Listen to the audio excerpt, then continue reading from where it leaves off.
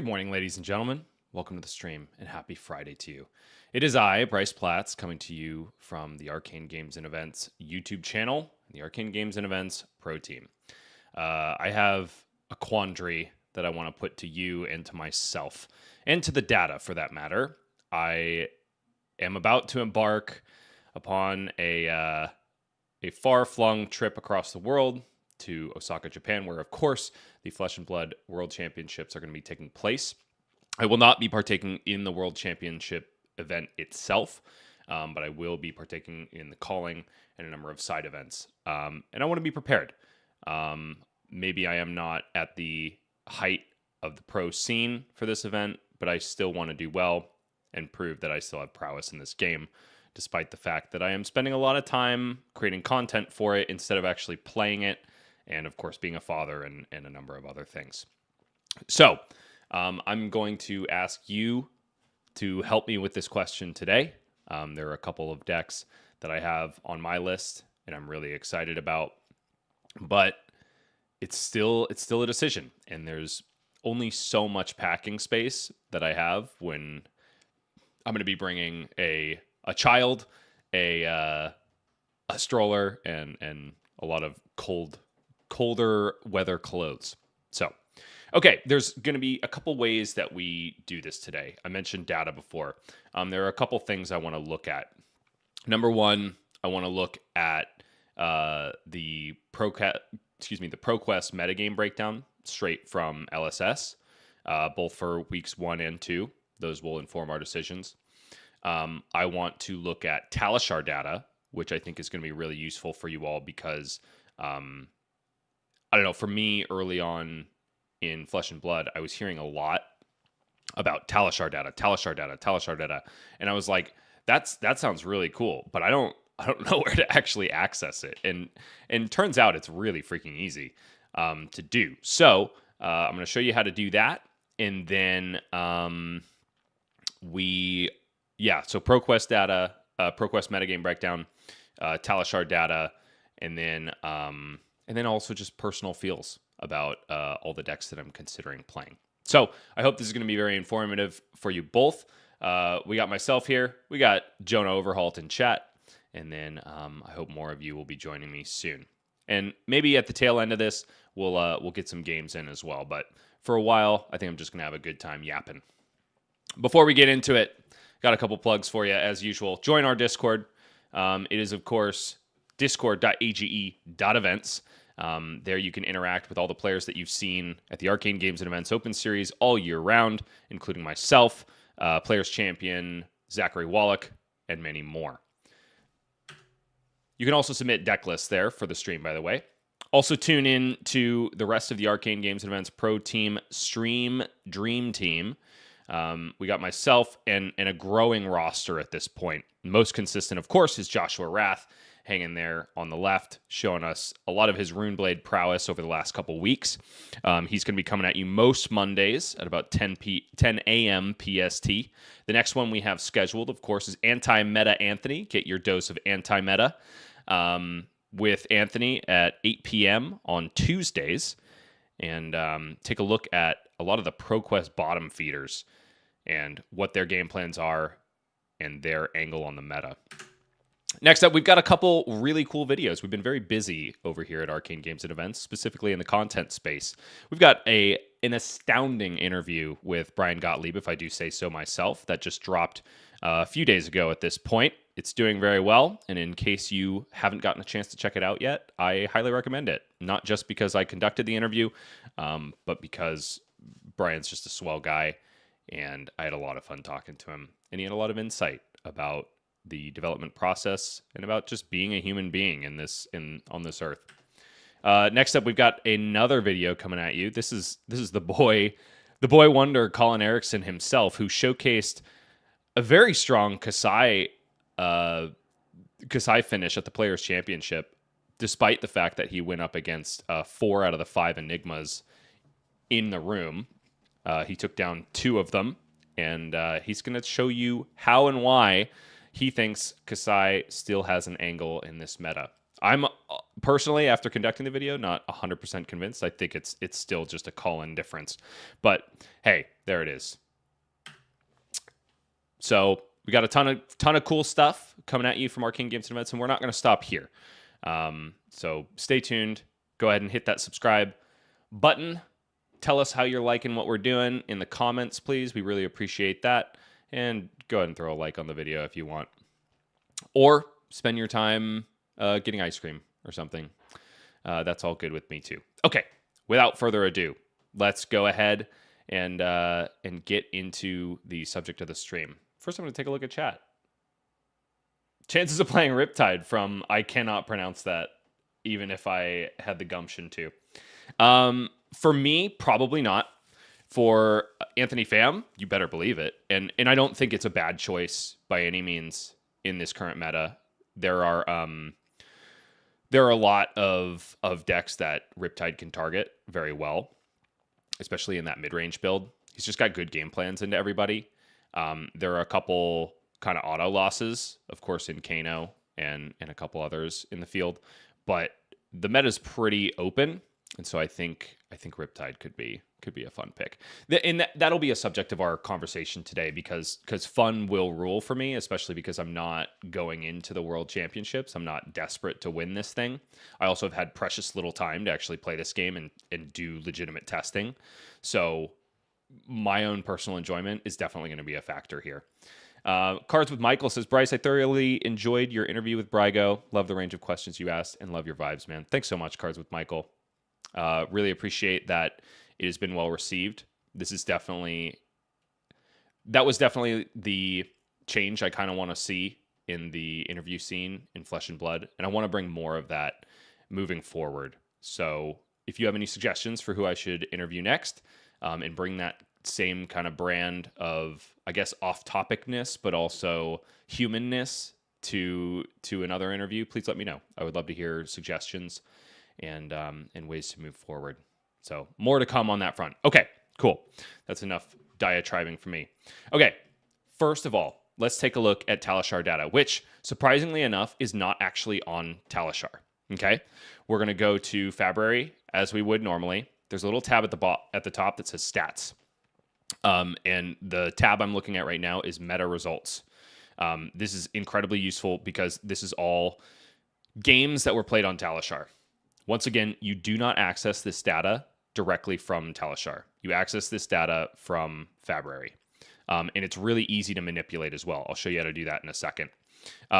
But from here, you can also take a look at the most played decks. These are just going to be deck links. Which I don't know. I don't find particularly useful. I'm much more concerned with this meta and results tab. Card distribution is kind of an interesting look here. You can see it's basically the available card pools to each of the heroes. A lot of times people like to kind of reduce who is best suited for a meta based on just the number of options they have. Case in point, Starvo is sitting at 443 cards available to him. That's just, by and large, way more than anyone else in the game. So the thought being, if you have more options open to you, you are just a more dynamic hero and can better address any meta that comes before you. So if you want to take a look at that, if you find that interesting, that's also available here. You can also view it by class. Which is pretty cool too. I was actually interested when I first clicked over to this to see that, Runeblade has the most cards available to it just as a class. Granted, if you're talking about Viscerai himself, it only comes down to this, like the weapons section and then also the class section. So be careful with these. Make sure you're understanding the data and in general, I want to put a disclaimer about data in card games. We talk about it a lot when we're trying to make decisions about metagames. There is a real human element to all of this. You have to factor in what decks you are most comfortable playing, especially into the given matchups that you expect to see. So data cannot reign supreme, in my own personal opinion. You have to weigh all the factors, even the personal ones, in order to make an accurate and good decision for you moving forward in these events. Because ultimately, I mean, like, you get one shot. There is still, even though Flesh and Blood is a really dialed in game, variance is still a factor. It's still a card game. So sometimes Gem is going to hate you, and agonizing over these decisions makes situations in which things are out of your control that much harder to handle. So I think first and foremost, consider your own mental health and relationship to the game when making these decisions. Don't expect to absolutely nail it based on the numbers, because, you know, that's honestly one of the things I love about card games, is that it's kind of an allegory for life. Chaos reigns supreme in all of these situations, and so does it in life. You just have to look for the opportunities and be available to them when they present themselves, and also understand when you just didn't have a shot in the first place, and move on and try again next time. Anyway, so that was a really weird diversion away from what the heck I was talking about, but I think it's important to mention, and it's something that I'm trying to internalize a lot more the more I play card games and the more I commit to this, because, like I said, yeah, sometimes it's out of your control, and the people I admire most in this game are the ones that can shrug off those moments, and come back the next day and win the Sunday event. You know, maybe on the same deck without making huge, dramatic, emotional changes to their decks and so forth. Okay, cool. So let's focus on the meta and results page, because that's where the meat of our discussion is going to be. Here's our data-driven approach. Okay, this is a really cool graph. It's very easily manipulatable. All the heroes are arranged by alphabetical order. The top row is the matchup that the left row is going into, right? The numbers that are closest to each hero on the left side are their total win rate. So the easiest way to use this graph is to just say, okay, I'm considering playing, I don't know, Betsy. And you use this number right here. Betsy has a 34% win rate into the entire field. These are all on the x-axis here. These are all the legal heroes in Classic Constructed, right? Betsy has a 34% win rate into all of them. Cool. But there are ways that we can manipulate this data to make it more streamlined. You could say, okay, sure, Betsy's got a really bad win rate into the entire field, but there are a couple of these matchups that are bad for her or slightly underfavored for her that I can just eliminate from contention, because I don't expect to see them. I don't expect to run into them. For example, let's say Dory. I don't expect Dory to be in this meta at Worlds. I can click this up at the x-axis here. Dory gets completely eliminated from contention. We just remove her data from the analysis. And just like that, Betsy's win rate goes up 1%. Now we're 35%. Okay, cool. What other ones can I eliminate from this graph? Let's say Kasai. Let's say Katsu. Let's say... definitely not Kano. Let's say Max. I think he will be at Worlds, but I don't think he's going to be highly represented. Olympia is not going to be at Worlds. Sorry, Olympia players. That's just life. Let's say that Teklo numbers aren't going to be that much of a factor. Viscerai is going to be there. Zen's going to be there. Verdant, Zuri. Let's eliminate Bolton. He's always kind of an outlier. I don't think Azelia is going to be there in big numbers. I don't think Leviah is going to be there in big numbers. People will always show up, but for the purposes of analysis, we need to give ourselves a realistic understanding of what matchups we're actually going to see. Goodbye, Arachne. I do think there will be some representation of Phi. I think it's going to be split between Zen and Phi, perhaps. Probably with Zen showing bigger numbers in general. But so I'm going to leave them there both as like the ninja consideration. Got to always consider the ninja question. We'll eliminate Riptide as well. He'll be there, but he will not be represented in big numbers. Furthermore, you can click on the y-axis and just bring whatever heroes you're looking at to the fore, so that you don't have to muddle around scrolling up and down finding which hero you're actually looking at. Okay, cool. So another disclaimer: I'm not bringing Betsy. There's no way at all. I'm not really a Guardian player per se, and if I was, I don't think I'd be bringing Betsy. No offense to Betsy gamers, but just, and you can see why. Let's answer that question here. So we've eliminated a lot of the heroes that we think are not really going to be in contention for Worlds. Well, hey, let's go ahead and get rid of Betsy as well. And she's still representing a 33% win rate. It's important to note here as well that this is all Talishar data. These are random people picking up decks that they did not have to spend a single cent on and playing them. If you've ever gone into the Talishar cesspool, you know that you're not always facing the highest caliber players on Talishar. Heck, when I go in and I try out a deck for the first time, I'm not up to snuff playing it. So even though we've got a massive sample size, which is really useful, we're at about 125,000 games played on Talishar just in the period of October 2024 in Classic Constructed. A lot of these are non-games because the people who are piloting the decks don't know what they're doing. So take all of the Talishar data with a grain of salt. You have to compare all of these win rate numbers based on your own personal testing, if it's available to you. But this is also, I'll say another thing about sample size. This is a larger sample size than you will ever be able to reach in your own personal testing. So that's why we want to compare those two numbers, and then maybe make a case for why your own personal numbers might be different. Maybe your Betsy win rate into Viscerai is positive. You're at like 70% win rate. And then you scroll over here and you're like, well, I've only played 5 games against Viscerai.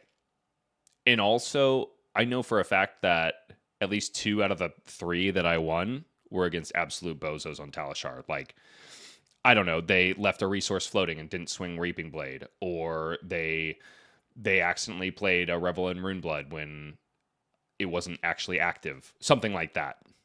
So be honest with yourself about the data that you collect, and be objective about the way you compare it to the Talishar data. Okay, cool. That's a little tutorial on how to use this really awesome tool. Let's go ahead and get into some serious stuff based on... Actually, we can probably leave a lot of those decisions that I made. Goodbye, Betsy. And we're gonna reduce this even further. So before I select the heroes that I'm interested in, let's start cutting even more. I want something that is going to target, let's say, I want something that has a positive win rate into, let's say, the top 5 or 6 decks in the metagame. Okay? How do we get the top 5 to 6 decks in the metagame? Let's go ahead and scroll over to our data straight from LSS. Okay, this is ProQuest London week 1 results. This is all of our classic constructed wins. First thing we notice is the 2 top decks are Aurora and Enigma, far and away, right? The next biggest winner is Azelia Ace in the Hole, and she's got 12 or 13 wins less than the top 2 decks. It's also important to note that this doesn't tell the whole story. Wins are not the only thing that we should be considering. Honestly, I think one of the best metric to understand in this case would probably be like the top 8 at ProQuest levels. If it's like a slightly bigger event, I would kind of want the top 16 in order to feel confident that my numbers are accurate here. But this is what we've got, so we're going to work with wins. It's also important to note that one of the human factors we need to consider is the data that is out there that other people are ingesting, right?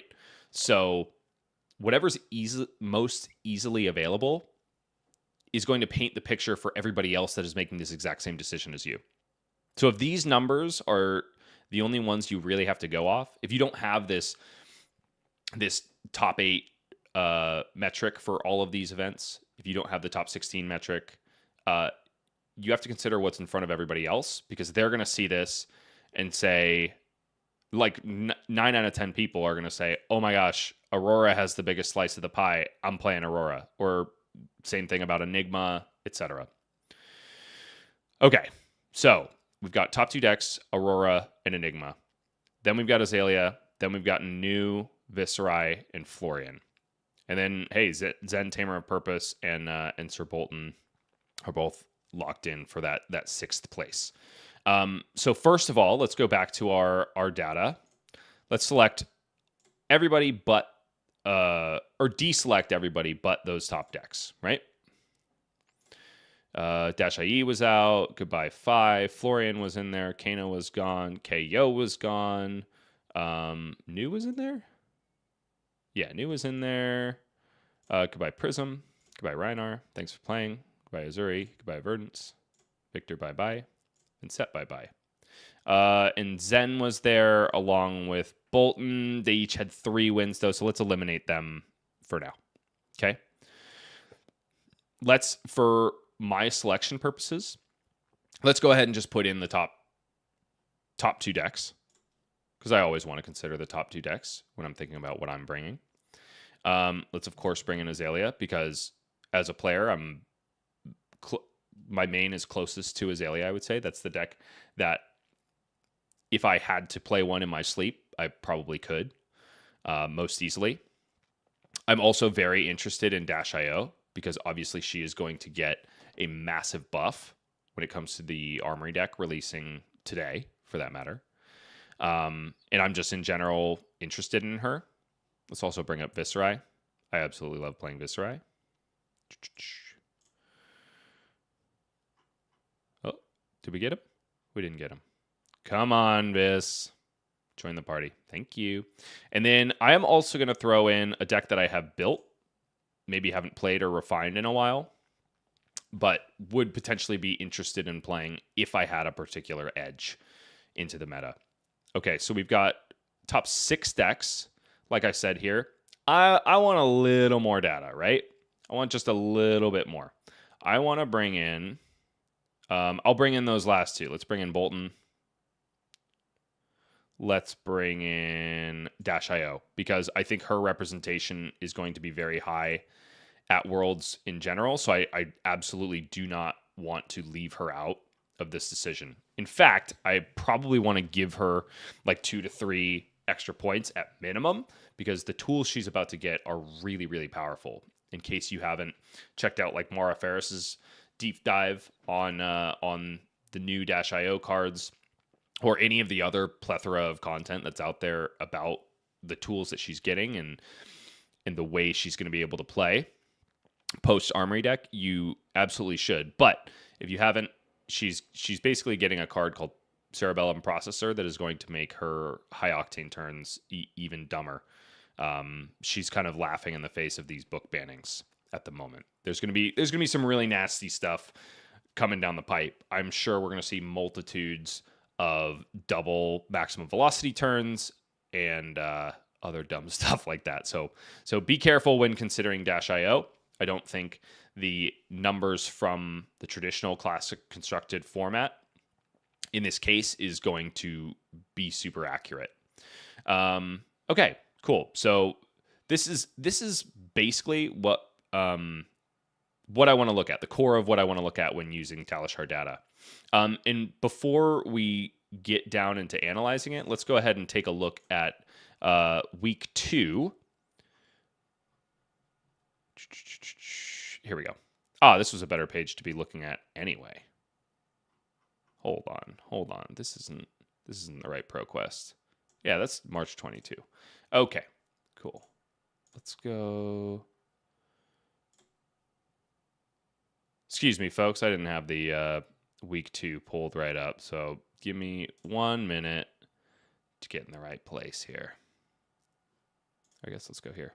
I like the Metagame Minute article a little better. Okay, cool. We're seeing a lot of the same. Enigma's numbers stayed pretty much the same, and maybe they figured out an edge into Aurora. So Aurora's share has gone down. Aurora's share could also be shared or pumped by Viscerai. I think at this point we had a pretty good look at the Brody Spurlock Viscerai deck and how it functions in the meta. So people kind of figured that out, maybe stole some of the Aurora numbers. It's very easy to infer that one rune blade is going to take the numbers away from another rune blade. Florian is up there. Nu is up there. Azalea's share went way down. Zen's is kind of going up, and then KO's in the mix as well. So because I see KO down there, and because I think he is in general just a good metric for whether or not I have a good deck, like do I have a 50% win rate or more into KO is a really important question for me to answer, just because he's a really consistent aggro deck. So I'm going to put him in this x-axis column as well, because I want that factored into my total. Okay, cool. So here we go. We have our really rough, quickly sketched out Talishar data. And you can see just spending like 2 minutes on this gives you a wealth of information. So if I were to just take this data, look at the highest number, and go with that, it makes it really easy. Hey, look, Viscerai has a 57% win rate into all of the top decks right here. And this is based on 13,000 games. You could also see whether those wins are coming from going first or going second, which is another important metric. But that's going to be very matchup dependent anyway. So that's a number you want to kind of look at when you're looking at specific numbers here. If I'm a Viscerai player, I'm thinking that I am really scared about two things. One, any deck that can disrupt me. Let's say Azelia, for instance. Red in the Ledgers are a bad time for Viscerai, as they are for most decks. I'm also looking at, three things. Decks that can disrupt me. The top meta deck, which I think, based on looking at the proquest numbers and also just kind of knowing the scuttlebutt of what's going on in the game at the moment, it's Enigma, hands down. There's no question about that. And we ostensibly have a positive win rate into Enigma. 61% is nothing to shake your cap at. That's really solid. And why it's represented with color as well as number. Anything in the green is happy time for you. He's also got a very solid win rate into Florian, which as an aggro deck, you're also concerned about any deck that kind of wants to take the game long.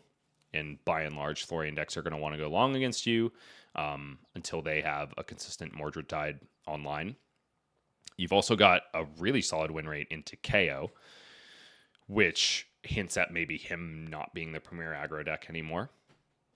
Positive win rates into, speaking of control decks, Nu feels really, really good. Just the amount of split damage he can spit out right now is really nasty. Okay, so we covered decks that can control us, Nu and Azelia. We supposedly have positive win rates into both of those things. We talked about best deck in format, Enigma. You better be very sure that your deck can target the best deck in the meta if you're bringing it. And then the last thing is other aggro decks. So obviously he's got a 50% win rate into Viscerai because there's only one option. Viscerai is the only thing that can win in that situation. You've also got positive win rates into other aggro decks. KO, we are beating at the moment. However, we've got a negative win rate into both Dash.io and Aurora. Remember, Dash.io is about to get some new nasty tools. So this number right here is definitely going to go down. I would venture to say as low as like 45%, the tools she's getting are so good, just straight up upgrades, and then things that do nasty spike turns. Like she's the new Zen of the format, so have to be very aware of her. So the interesting thing about looking at this data is we're beating the decks that want to go slow, and arguably the best deck in the format in Enigma, but we're losing to some of the other premier aggro decks, which is a situation that we don't always have. I think it's a very rare thing in card games to where you have aggro decks that kind of operate on different axes and are both viable in the same meta. If I'm looking at this data, I'm maybe thinking that Aurora is less viable because of her lower win rates into Azelia, Florian, New, etc. But you could also be thinking, hey, Aurora, like looking at this data, I think everybody else is going to gravitate to Viscerai as the premier aggro deck. So Viscerai numbers are going to be way up. Maybe they'll even eclipse Enigma. This is a theory that I'm positing, of course. Aurora has a positive win rate into Viscerai. What if I just take Aurora, know my game plans into all these other heroes, so I can dominate the Enigmas, the Florians, etc. in Swiss, because they're going to be of a lesser caliber than those in top 8, obviously. And I can just destroy all of the Viscerais that are going to make their way into top 16, top 8, etc. That's an angle you can take. And it's a very exciting one to be able to take in any meta. When we were back in the Lexi meta, when we were in the Zen meta, you would be absolutely insane for coming up with that strategy, right? I'm going to take KO into a meta where a hero has on board the ability to put out like 30, 40 damage in a turn. Absolutely not. That's not an angle I can take. There was no aggro deck, even Azelia for that matter, that could handle what Zen was doing. Back in the Lexi meta, there were a couple considerations in that regard, but by and large, Lexi was the deck. And so you're not going to bring a ninja into a Lexi meta because she can kind of just trample you. So I'm just kind of gushing over the fact that this is a possibility for us in this meta, and showing you how to make those considerations. Cool. So let's say now that what I'm seeing here, despite all the considerations I've just named, specifically the Dash.io buff that's coming imminently, I still am interested in taking Viscerai. Okay, well, cool. Now what I want to do is consider some of these extra outliers that I am personally uncomfortable into. Let's say I am terrified of sitting down across from... Actually, there's pretty much nothing here that I'm scared of. Let's say I'm a player that doesn't have a whole lot of reps into New Prism, right? I don't have any at my locals. In general, I don't know what her game plan is. I'm uncomfortable in that matchup for any number of reasons. Maybe you do have someone in your locals and they are a diehard Prism player, and so they kick your butt no matter what you do every single time, just because they know what they're doing. I can consider those numbers before locking in Viscerai. Let's also say eeny, meeny, miny, Kano. Let's just say I'm scared of Kano. And yeah, that's good. You don't want to get too crazy with this because it's going to influence the numbers quite a bit. Okay. What happened to my Viscerai numbers? In general, I think they stayed the same. I actually didn't remember. So let's take these guys out one more time. Okay, we keep a 57% win rate in general. Very cool. I'm making this consideration because Gem is a fickle mistress.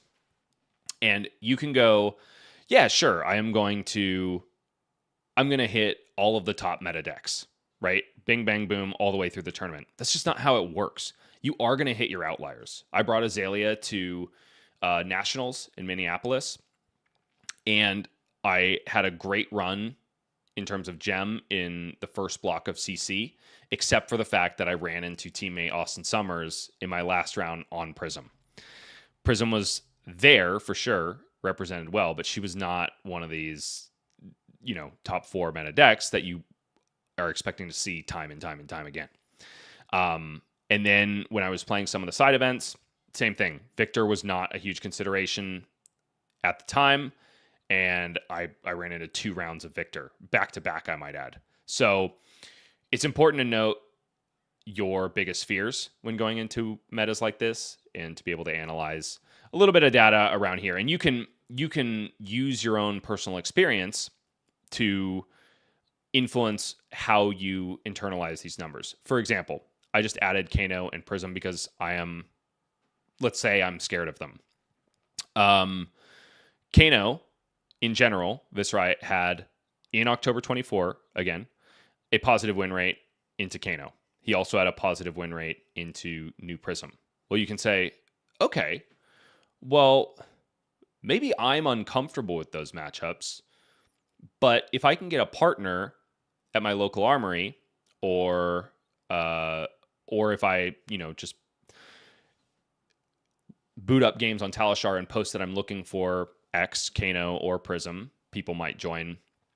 And this data gives me confidence that I can shore up this matchup. This is a hole that I can plug in my game plan, right?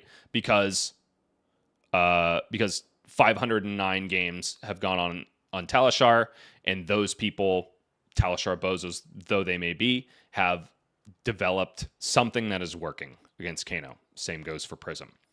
And side note on both of these numbers, your consideration cannot just be the percentages here. You also have to take into account the number of games. Where we have 2,000 games of Viscerai into Florian in October, we have 509 games into Kano. And that is still a bigger sample size than you're ever going to be able to create on your own. But it is still not nearly the amount that would make me feel comfortable just accepting this 56% intrinsically. So I apologize that this discussion is coming with a lot of caveats, but that's how data works, right? You can't just accept these numbers for what they are, especially in a game that is so personal to yourself. Like, for example, if I'm thinking about taking Viscerai, maybe my game plan into Prism isn't what all of these other people with positive win rates is. Maybe all of these people are playing Viscerai with a really refined Brody Spurlock list, and a bunch of other people on Talishar are playing, I don't know, Kitchen Sink Prism.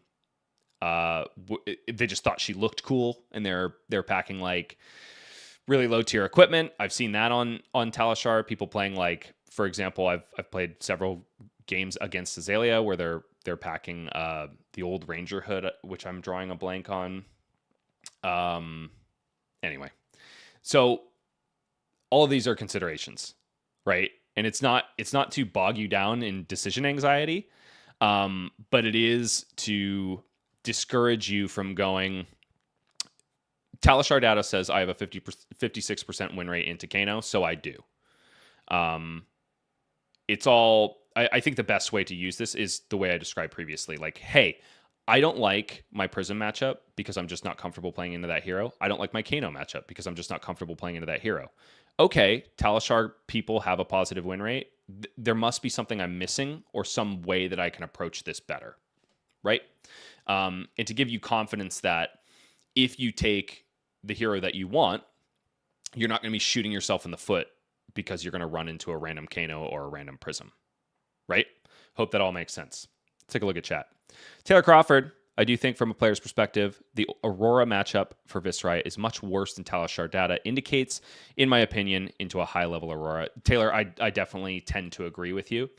And I'm definitely another case in point for not taking Talishar data at face value, right? Especially when we consider that Aurora Shooting Star is still a brand new hero, even though we've seen a lot of really strong lists come out of high-level tournaments and from really good players like Yuki Lee Bender, it's still not solved for the regular population. There's a huge lag time between when a new hero comes out and somebody smart figures them out and the rest of us figure them out, right?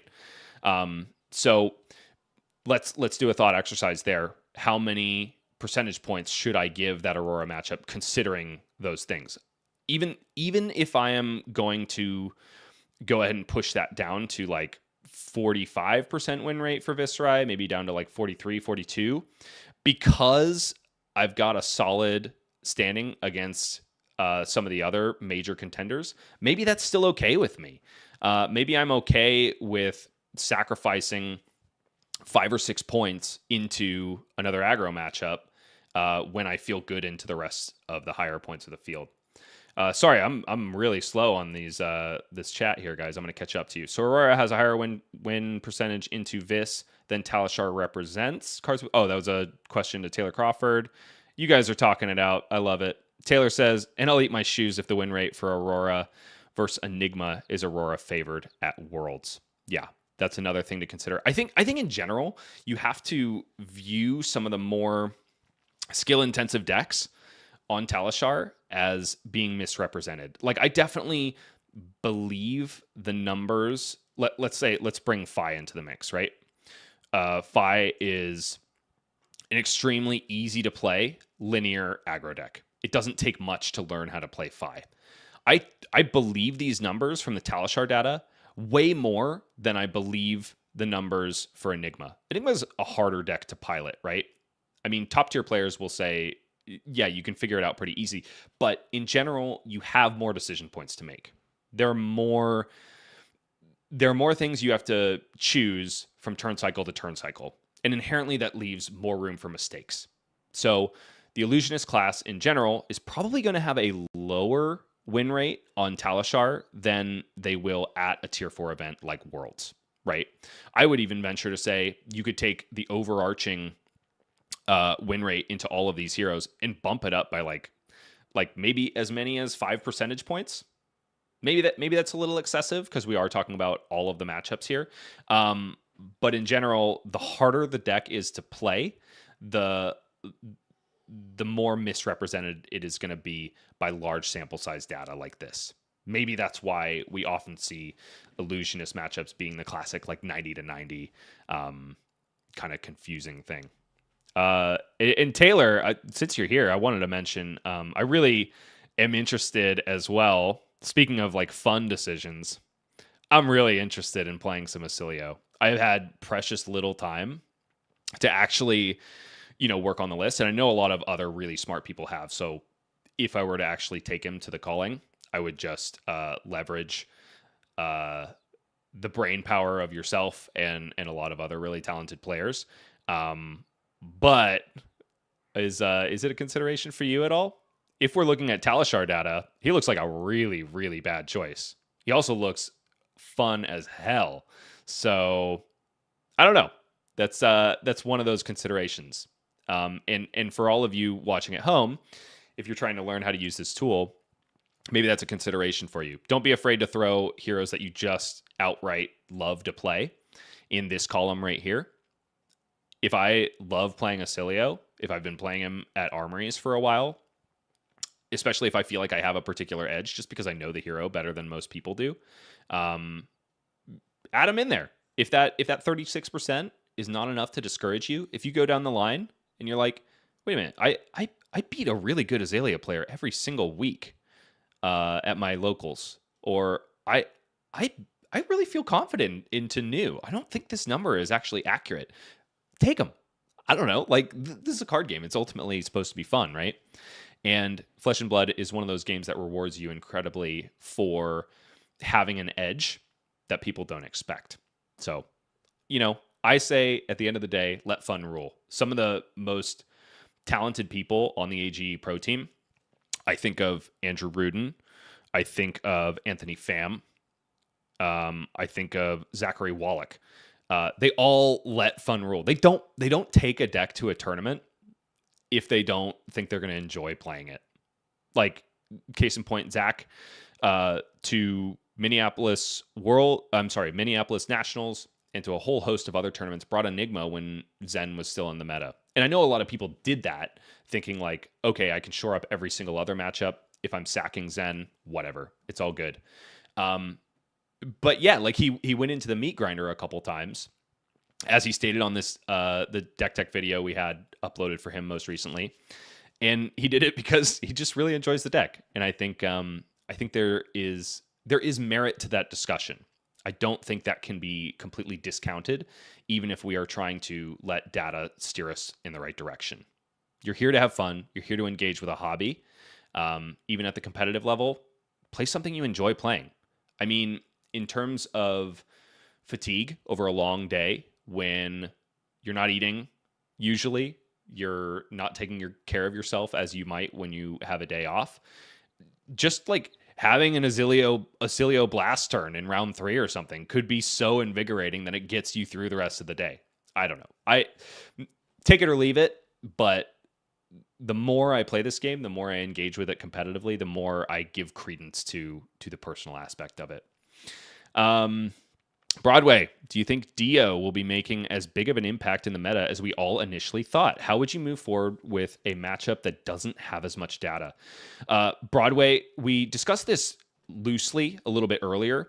The way I would approach it personally is if I think this deck is going to get a lot of powerful tools, I'm going to consider... Basically, what I want to do is just say, fudge this number. I want to add a couple percentage points or take it away based on how I think it's going to be influenced by those new tools. In the case of Dash.io, I think it's going to get like this number right here, the overall win percentage. I think it's going to get at least like 3 to 5 points into all of these decks. And I can make a case for this number, namely the decks that it's weak to. Okay, we have Azelia, which makes a lot of sense. I think Azelia is... the win rate here is probably going to remain more or less the same. It's the decks that give her a little bit of room, namely Florian and Enigma, that can kind of grind a game out against Dash.io, that might see massive swings in their numbers. Cerebellum Processor is absolutely insane for Dash.io, and it's going to allow her to do some really nasty things. I've heard a lot of rumors about double max V turns and other stupid stuff. Bottom line, high octane. It's not really Cerebellum Processor that is the massive buff. It's Cerebellum Processor in combination with an incredibly powerful card that already exists in high octane. So she's going to be able to do some nasty things. The new win rate, just like the Azelia win rate, yeah, you'll see a little bit of a shift, but I think these numbers are like, they're not going to shift into positive win rates for Dash.io because she is susceptible to control. Like I said, it's the decks that give her a little bit of space when they're trying to grind the match out to her. Her power turns are just going to become that much more insane. Boom grenades are going to be hitting more often. Max Vs are going to be cast more often, etc. So I think these numbers are going to be the most influenced for her, which are going to significantly bump her overall win percentage. That being said, you also have to consider that Dash.io is a hard deck to play, and we have to give credence to that. There are probably going to be a lot of people that pick her up out of the hype of this Armory deck.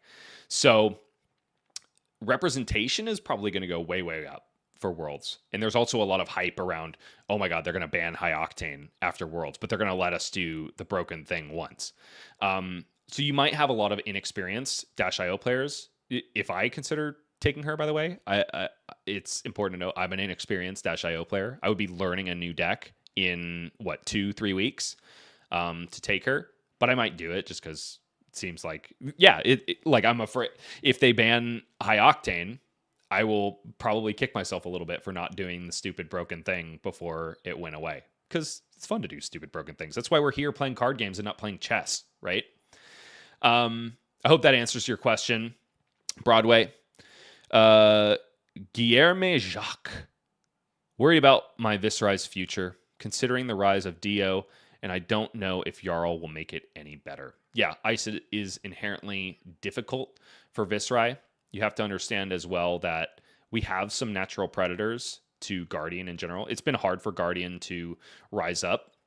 And the natural predators to Guardian in general, let's go ahead and let's get Victor into the mix and talk about this. Which, it is important to note that Victor operates on a very different axis than Jarl will. But in general, it's important to note the natural predators to Guardian, because I do think they will exist for Jarl, and they will be a factor for Jarl. The biggest issues for Victor at the moment are Enigma. I don't see Enigma going anywhere. Florian, he's brand new. He's going to be sticking around. New, believe it or not, and Kano.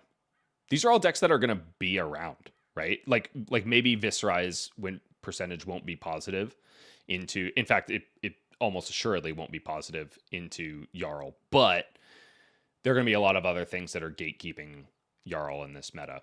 So it all depends on the shifts we see over the next. And it's important to know we have another set coming out. We also have a supposedly massive Guardian buff coming. We don't know what's in the rest of the Jarl deck. Don't be scared. Viscerai is back for now. Enjoy it while it lasts. Sure, he could be down again in the future, but send some rune chants, my friend. Enjoy your time in the sun. Tigran Gregorian, how easy is Viscerai to play with that win rate? With that win rate. Oh, I see what you're saying. Like should we be considering the Talishar data? Because does he have that 5 factor where he's a pretty easy aggro deck to play? I think is your question, Tigran. And in general, I think the list that we saw come from Brody Spurlock is a fairly easy list to pilot. The real difficulty was the deck building aspect of it, and Brody basically did that for you. The really cool thing about that deck, which I will pull up in just a bit, I'll probably run some games of Viscerai towards the end of this stream. The really cool thing about that deck is it is kind of insulated away from one of Viscerai's biggest mortal enemies, which is Warmonger's Diplomacy. You have things like you have 6 copies of Malefic Incantation, which just generate rune chant tokens for you every single turn. And then you have a whole host of go again attacks like Rune Rager Swarm and Swarming Gloomveil that synergize really well with it, especially when you are hit by a Warmonger's Diplomacy, because you can still go, head jab, swing my weapon, which is a lot better than what you used to be able to do on Warmonger's Diplomacy turns, which was usually, I don't know, like send 1 attack, which would be 4 power total. Back in the old Mauvrian Sky's Shrill of Skullform game plan, that was much more of a debilitating card for you. So I think you have a natural way to get around your biggest fears as Viscerai. So I tend to trust this number in October of 2024. Granted, he still has this kind of like the same thing we were talking about with Aurora. Like, I definitely think Viscerai is maybe he's not a completely new hero, but he is very much new based on the support he got in Rosetta. So maybe you could even bump this a little bit because people are getting used to the new play style. But yeah, overall, I tend to trust this number because it is a fairly straightforward aggro deck. The biggest hurdles you have to jump through is like learning how to use creepers and stuff like that. And I think with how fast Viscerai is playing, that's actually not as much of a gatekeeping factor to people picking up Viscerai as it used to be. Marcus Brown's in chat. What's up, dude? Marcus Brown is my co-caster at the Arcane Games and Events Open Series. You saw Marcus and I taking on a couple really good games from the casting desk at the Players Championship. Good to see you, brother. Marcus Brown is a notorious Guardian sympathizer. He says Jarl will definitely be a nice addition. I'm very excited. He also says, I also think there's credence to playing what you enjoy and are confident in because it's split format. CC won't be all end all. Yes, I tend to agree with you there, Marcus. What he's talking about is the draft element in Tier 4 events. Tier 4 events are always split, and they will be for the foreseeable future. It's always going to be a combination of CC or maybe another format in the future and limited draft. So you cannot place top 8 unless you do well in draft as well as CC. And that's something we harp on in meetings at the AG Pro Team a lot. You've got to nail draft at these tier 4 events. I'm not playing that tier 4 event, so I get to just focus on these CC numbers. Woohoo! Cool. Yeah, I'm excited for you, Marcus, getting Jarl. Honestly, I don't think I've never ever wanted to play a Guardian player. A Guardian hero, just because the decks I tend to gravitate to are weak to Guardian. So it kind of feels like joining the bad guys. But Jarl tempts me, man. I miss Ice a lot. I played a lot of Ice Lexi before she got the outsider support. As toxic as an opinion that may be, I really like Ice. I like controlling people. I like making your game plans pretty moot. Marcus says, I felt that way piloting new, to be honest. Yeah, I believe you on that. I think Marcus, we got to give you a good linear aggro deck one of these days. I think you'd have some fun. Maybe you wouldn't. I don't know. Maybe something that can also play Pummel. Okay, cool. So that concludes our overall thoughts on the data.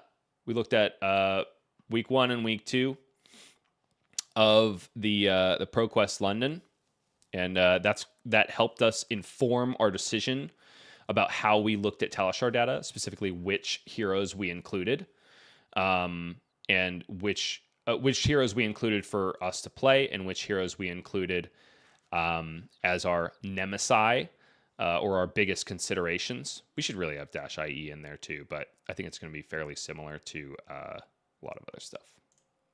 And any questions before we move on? Probably go take a look at some decks.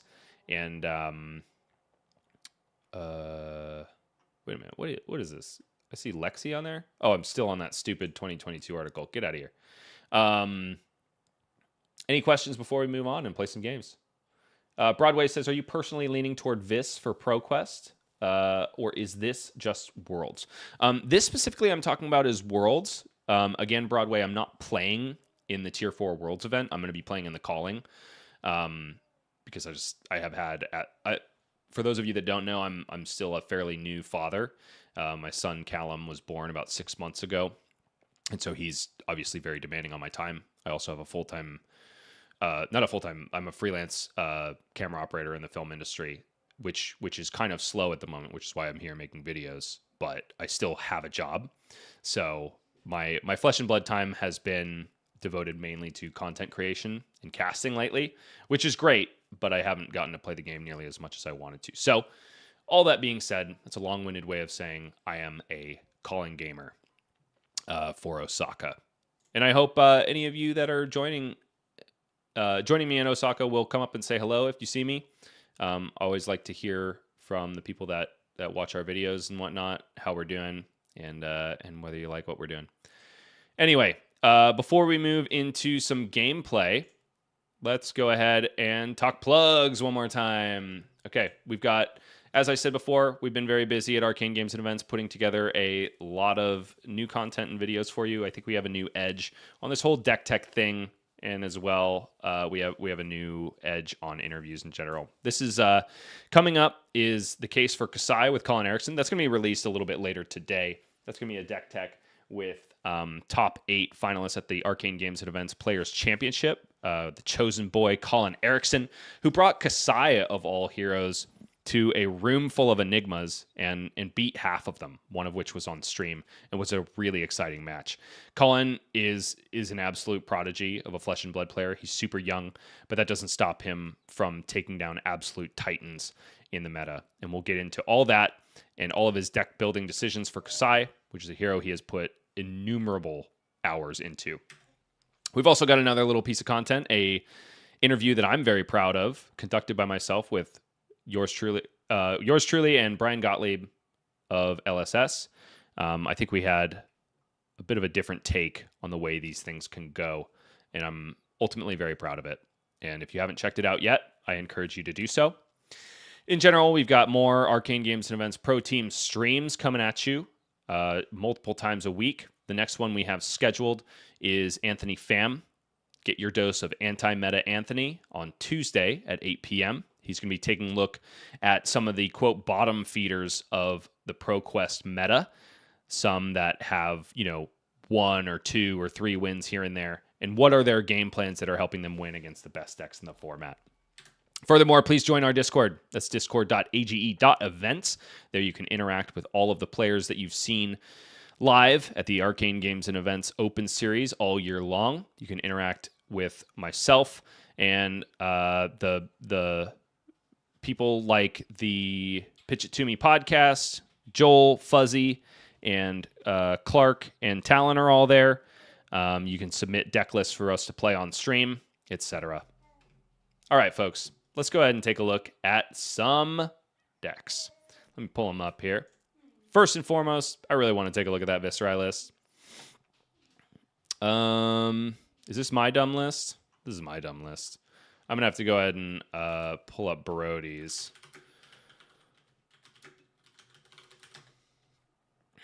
Here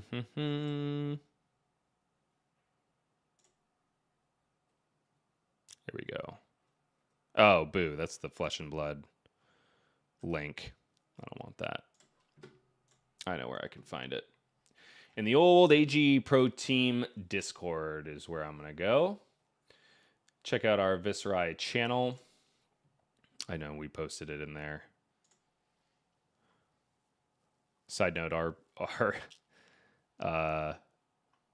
Viscerai channel is called Purple Incarnation of Treefog Satan.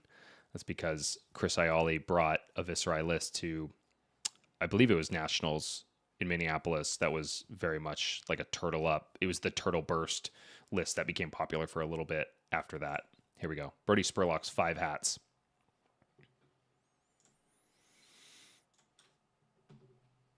Here we go. Okay. So this is the list that Brody brought to, I think it was a Battle Hardened not too long ago. Yeah, I think it was Battle Hardened Dallas on October 4th. Wait a minute. Oh, 22? Get out of here. Nah, this is old. This is old news. Not Battle Hardened Dallas. I think it was that PQ Plus in Houston. I don't know. I don't remember the event. But bottom line, this list was making waves, and a lot in this made a heck of a lot of sense to me. And Brody, being the amazing player he is, took a lot of the ideas that were kind of kicking around in my head and actually made a deck out of it. And I took a look at it when he did well at that event, and I was like, oh damn, this is everything I was thinking of, but actually coherently put together.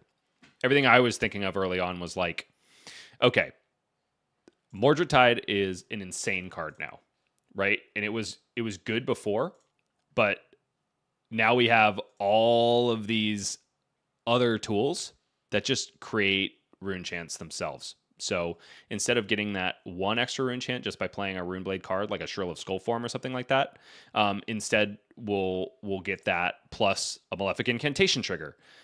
Plus, I mean, that's the reason Revel in Runeblood is such an amazing card, is because not only does it give you an extra proc of Mordred Tide from the Viscerai hero ability, it also creates rune chants on its own and gives you another proc. It makes Mordred Tide worth +2 rather than +1, right?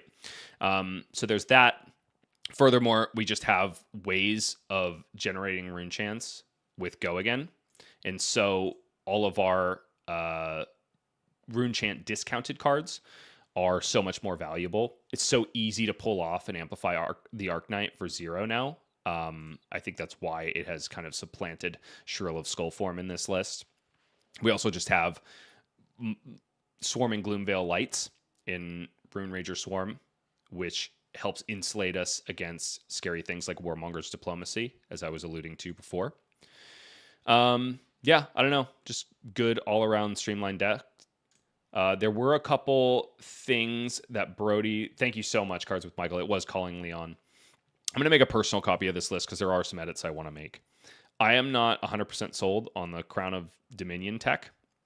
I do think the reason for it is for games where you kind of just have full tempo and you need to fix your hand. Say you draw into too many blues, etc. Crack that gold, find something else. While I think that maybe made a lot of sense when he was coming out of the gate swinging, I do tend to think that I don't know.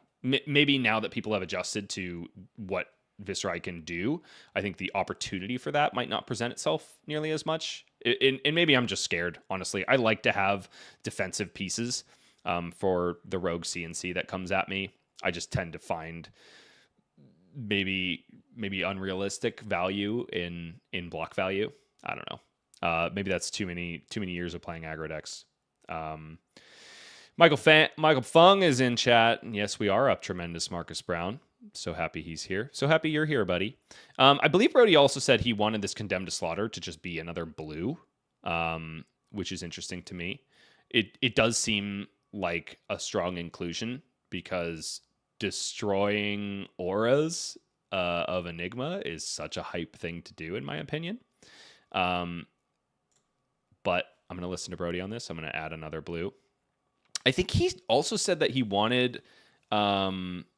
I think he said he wanted Vexing Malice to be a different blue, which is interesting to me because I think a lot of really good heroes in this game have some sort of like reckless swing factor to them, right? Reckless swing, of course, being the brute defense reaction that can steal games out of nowhere because it deals 2 damage directly. I think Vexing Malice has this quality to it where it naturally gets pitch stacked. You find it at the end of the game, and because the majority of the time your opponent is going to be bringing AB1 into you, AB2 being usually inefficient against Viscerai because we're sending constant, like multiplicative instances of 1 arcane damage. This can kind of just close out games if you get your opponent to 1, cast a Vexing Malice, and the game's just over. So I tend to want to leave it in personally. Marcus Brown brings up a good point. Condemned to Slaughter is a really good functional blue. Blocks 3, and then we can save it for the end of the game, or perhaps get a play set to help us find the sauce against our Enigma opponents. So honestly, I could potentially see blue Condemned taking the spot of Rune Flash maybe, but the go again attacks are just so important to what this deck is trying to accomplish, right? So we're not going to touch that for now. We do have 2 card slots. I am rather interested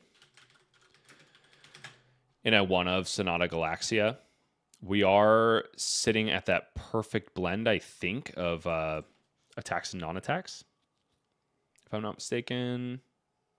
Maybe I just disrupted that. 26 and 33. So yeah, we would have to... We're not really in a zone where we can add more non-attacks.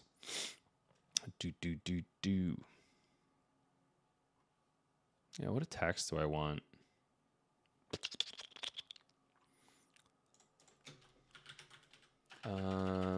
Runeblade.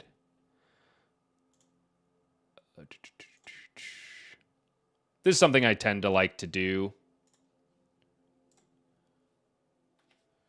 before I go to a major event. I just like scrolling through every single available card to me. Ew, I don't want generics. Get out of here. I was wondering about this card in this deck, just because you generate so many rune chants. Consuming Volition is interesting to me. Oh, what am I saying? Let's get... I think this card is just a lot of fun. Yeah, oh, hey, Taylor's beating me to the punch. I think Snuff Out is very important in Vis as of late and in the aggro matchups. Yeah, I thought one of the biggest things I noticed about Brody's list when it first came out was that it wasn't running any copies of this card, which is interesting too because, as we saw on the Talishar data before, he potentially has a negative win rate into Aurora, one of the other premier aggro decks, and Snuff Out is one of those things that can just flip that matchup on his head.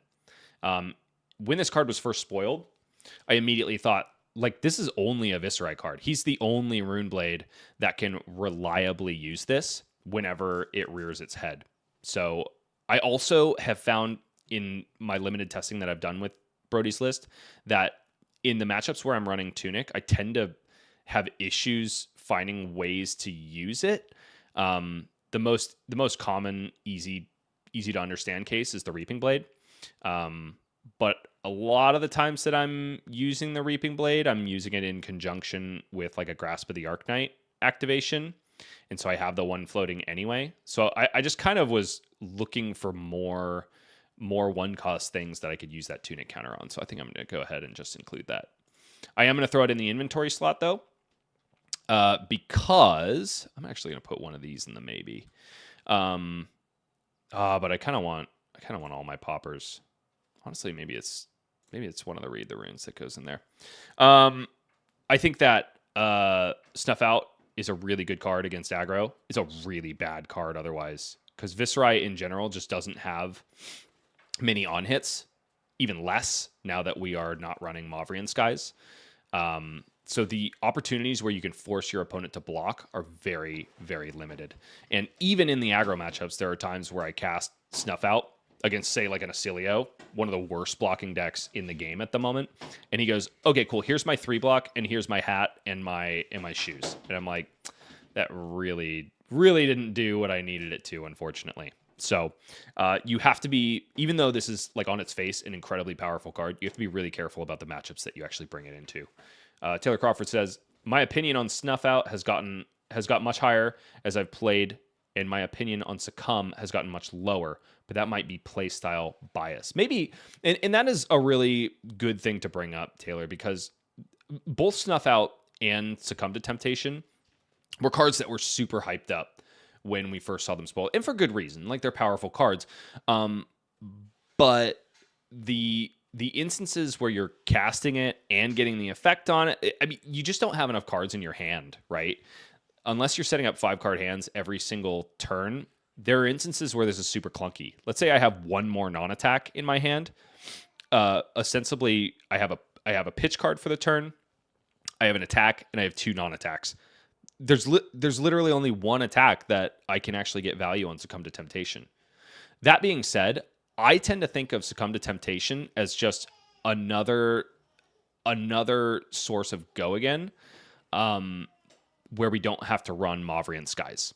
Because at its worst, you can, let's say you have a Malefic Incantation out, right? And why not? Let's say we have a Rune Chant floating as well. Start of the turn, I cast Rune Rager Swarm. I create another Rune Chant. 1 is coming at my opponent. They don't know what the rest of my turn is going to look like. They probably don't pitch to block 1 Rune Chant, right? So 1 Rune Chant gets through. I'm sorry, not Rune Rager Swarm. Something without go again. Amplify the Arknight. That's a better way to approach it. Amplify the Arknight. Comes in for 6. I had 3 Rune Chants at the beginning of the turn. They let the 3 Rune Chants go, or maybe just one of them, whatever. Whether or not they block out the Succumb to Temptation, I've still generated an action point off of it. Like, it's still, in my opinion, better than a Mavrian Skies in most instances, because it gives you the go again at instant speed. If you feel like your opponent is going to block it out, you can also cast it in response to the Viscerai trigger after the Rune Chants have gone through, and then you'll generate a Rune Chant from Viscerai because the non-attack was played before the attack. And whether or not, I mean, like, so often you would cast a Mavrian Skies for the go again, and that would be your signal to your opponent to be the only attack they block for the rest of the turn. And it was kind of like, okay, cool, I just spent an entire card to give this Shrill of Skullform go again, which didn't feel very good to me. Like, being beholden to Mavrian Skies in Viscerai was ultimately pretty lame. So my case for Succumb to Temptation is that it's a 3-block that replaces your yellow Mavrian Skies. And of course, we got a very good blue replacement to Mavrian Skies in Machinations of Dominion, just because it gives you reach. It gives you something other than one on hit in a sea of non-on hits that your opponent doesn't really have to block. Furthermore, if you do have the attacks to support it, Succumb has reach for the rest of the turn. And you can actually force cards out of your opponent's hand. Whereas Mavrian Skies, it was like, cool, I'll block 6 on this yellow Shrill and move on with my life and still do something nasty to you. Yeah, and Taylor, 3-block is a great floor. What more can we say about that? Mavrian Sky, like, that's the other thing, man. The overall block value in Viscerai has gone way up because of cards like Succumb to Temptation and Machinations of Dominion, which we've maybe traded off for Malefic Incantation, but I think that's a really solid trade-off. Like Malefic is just a better version of Runeblood Incantation, in my opinion, as Deadwood Dirge is just a better version of Read the Runes, right? It's reading the runes with Go Again most of the time. Okay, cool. That was a really fun talk. Let's go ahead and get into a game because I want to play a game. Hey, we found an Aurora. I'll switch over to Talishar here for you. No, we lost the Aurora. I thought that was going to be a really nice way to do that. Segue right into an Aurora match. Hey, this is just as good. -IO. I believe the Armory cards are now legal, so this is going to be a good test for us. This is an aggro mirror. I want to go second. I want all my aggro stuff. Snuff Out is a good consideration here. -IO also got some good blocking implements in the Armory deck. So I am going to bring in Snuff Out. I'm going to test how that goes into her. We know we're higher on non-attacks, than attacks in our main board. So we definitely want to take out some. I kind of think the yellow Malefics are maybe not as strong here, just because I'm not going to have as much setup time. She's gonna try to burst me down super quick. So I think bringing in a little bit of disruption is a better way to go about this. I think Balance of Justice might actually get value here. I'm not going to bring in Face Purgatory because most of her attacks are going to be 4/4/4/4/4. I don't know why Spellfray is main board. That's funny. I think I want Dyadic Carapace here. I think I value the block value more than anything. Because even though -IO is getting massive up... Oh, interesting. None of the new stuff is in their equipment suite. That is interesting. I tend to think that -IOs would want to run the new chess piece against Viscerai, just because it's usually such a quick game. And the power turns that can be facilitated by that chess piece are just insane.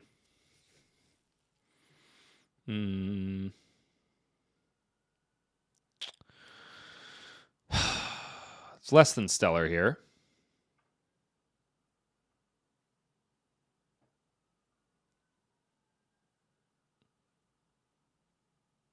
I'm feeling pressure to use this Mordred Tide because I don't feel like I can afford to wait, but also we've got a Dissolving Shield. So I don't think there's anything to do about it. Actually, yeah, let's pitch this guy. Yeah. This is going to be kind of a dud of a turn. Card game trash. Austin Summers says play Tekla for Worlds. With Count Your Blessings, I'm sure, right, Austin?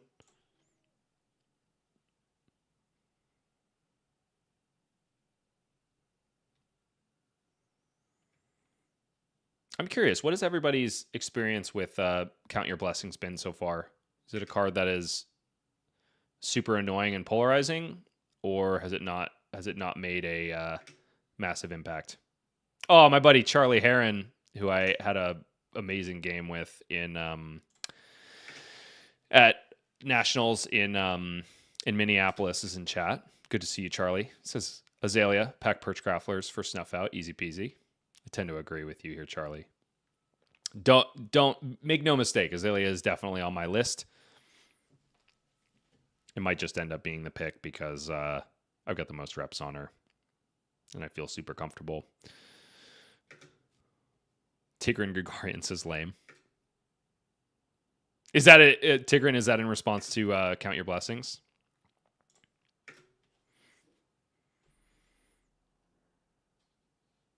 Fraser Eastman says, main thing I hate about it is that teams that can scout an event have an advantage.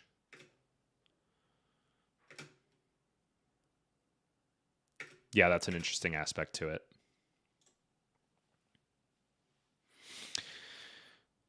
So we got 2 Mordred Tides here. I am incentivized to block because of the boom grenade. It is just a yellow, though.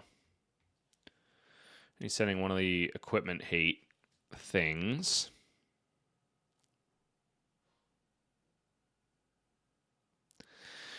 I don't know. Do I just... I think I kind of want to just take this boom grenade up front and see how bad the rest of this could possibly be.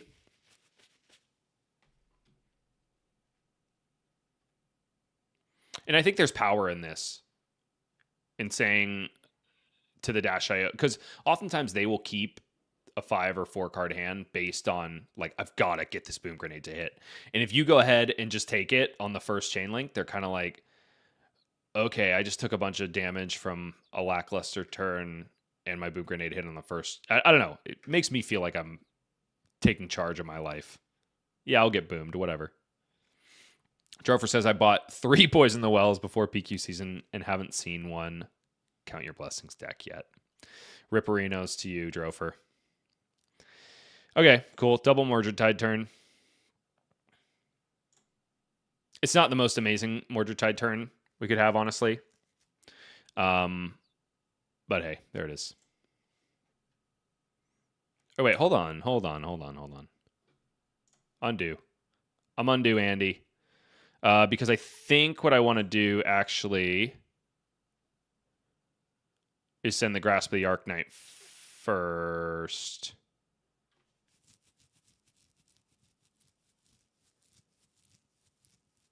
Yeah. I'm going to send it now.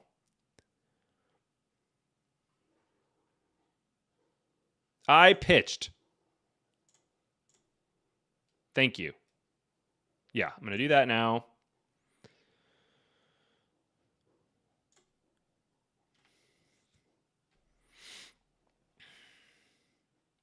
Create 2 off the back end of the Swarming, which then leaves me the 1 available for the Amplify.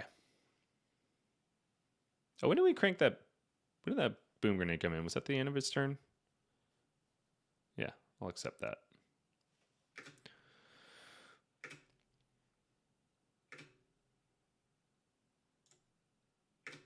So we took a ton of damage there, but we didn't overcommit any armor. So we have a solid chance of actually blocking out this boom grenade next turn, especially because we've seen 2 Fender Benders go straight to the bin.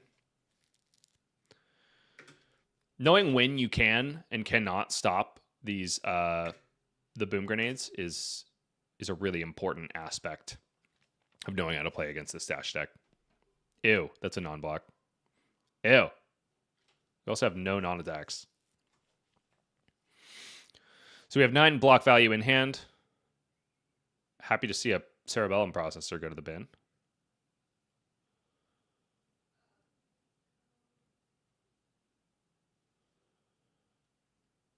And look at that. We got hit by a boom grenade, but we're outvaluing our opponent. It's pretty fun.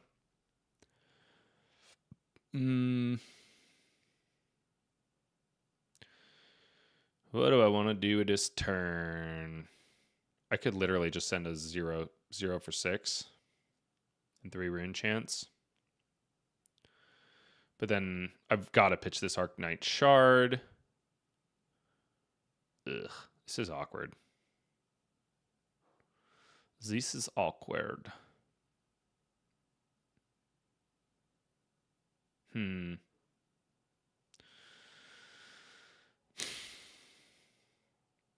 I just never going to get to use my spell on creepers? Kind of want to cash it in for block value here. Maybe that's crazy, but I'm a crazy guy.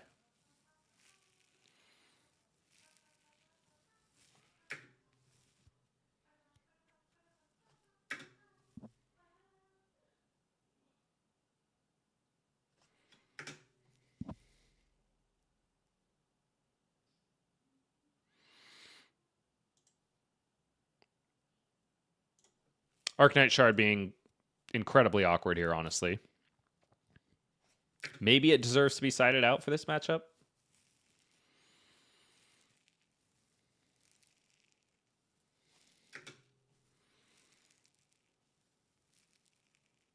Ew.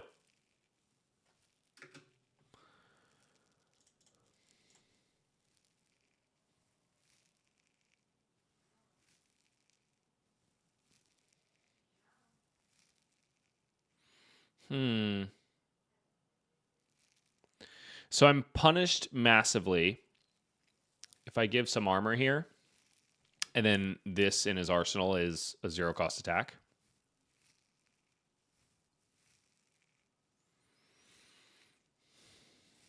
I'm going to take the gamble.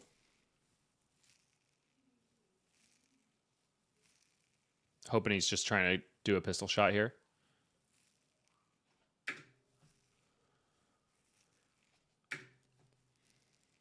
We know it has to be exactly a 0-cost attack because he can't activate Tekla Foundry Heart because he has 0 floating. You got to pay 1 into that.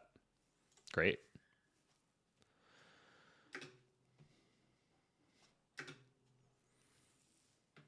So even though it didn't feel great, we ended up stuffing a lot of damage.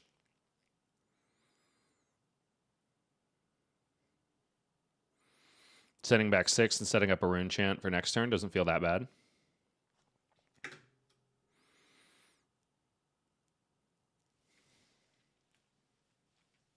Still have red boom grenades to contend with.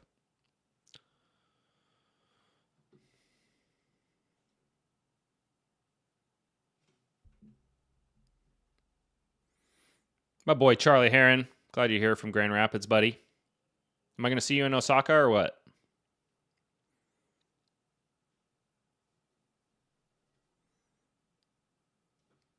God, Reaping Blade is such a gnarly looking card.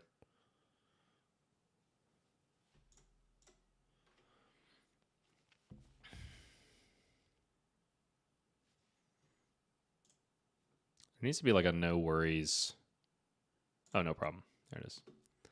Charlie says Chicago and London snagged a PQ win on Azelia a couple weeks ago. Congratulations, brother. Oh, I'm stoked to hear that, man. You still on Death Dealer or what?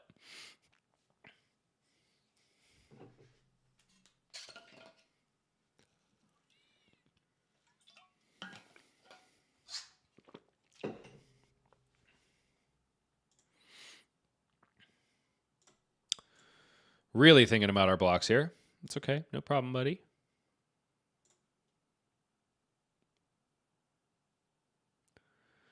Charlie says still on Death Dealer up to 3 batterings and 2 extra blues in the board. Yep, that's exactly what I'm doing, brother.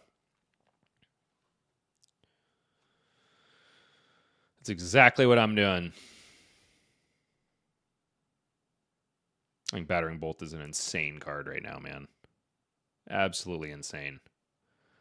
Speaking of which, Azelia gets a little bit of an extra boon when this -IO list. Ew. I don't want to block with armor on this. Ugh. Oh, and we've got a... Lame. Okay. That sucks.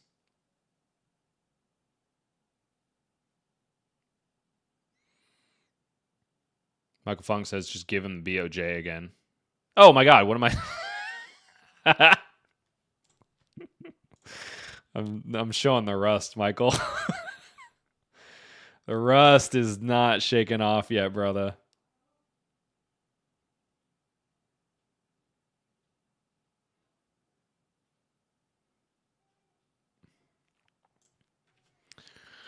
I'm a ruster. I'm a fab dad and I'm rusty.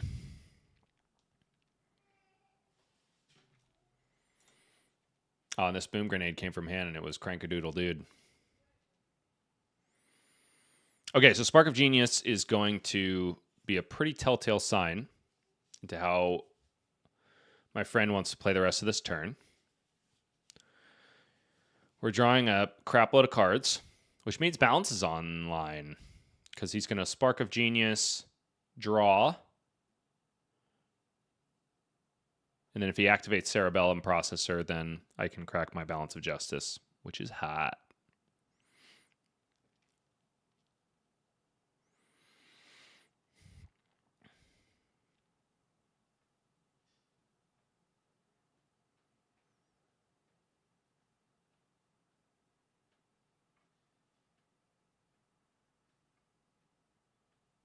Boom Grenade gone off the top for Tekla Foundry Heart. Sick.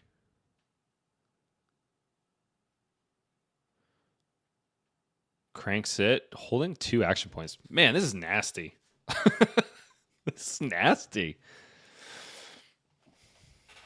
I'm really hoping he decides to use one of those cerebellum processors before he sends anything else.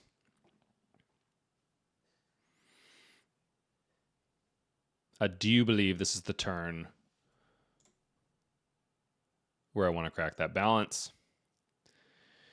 1 red Boom Grenade on the board, 1 in the bin. 2 yellows in his graveyard. I'm feeling pretty darn good. What? Oh, okay. I thought he was playing another one. He was. What? Oh my gosh. The Spark of Genius. He had just pitched a Cerebellum Processor last turn. Spark of Genius shoveled it to the top. My God. It's not all over for us, folks. He's only got 1 action point. Still has Achilles Accelerator online, though. Austin Summers says 40 damage turn incoming. BS. I got his ass. I got his ass, Austin. There's no high octane yet. Ew, no, no, no. I didn't want to see that. Ugh.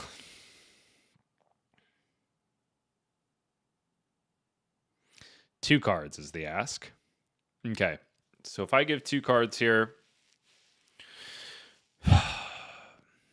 what can I do with my turn? I can pay 2 for an Amplify the Arcanite.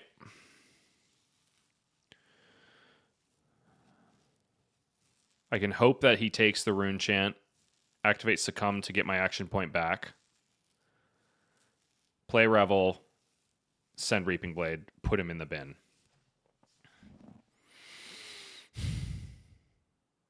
Do I take 8 here? I feel like, oh yeah, he's got no more AB, so he's definitely taking that Rune Chant. I don't think I care. I think I say send your Boom Grenade. Kill me, daddy. Watch this, Austin. See if I care. He has activated Dash, so no more Boom Grenades off the top.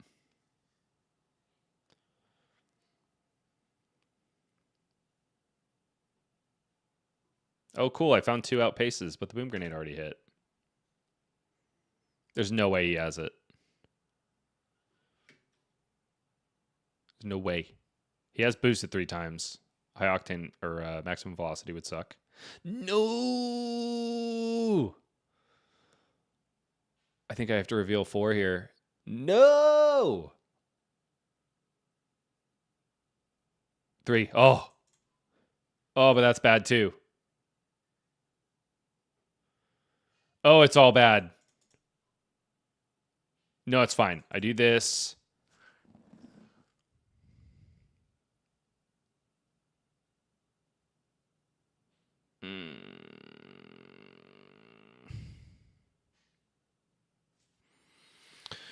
Oh, I hate it.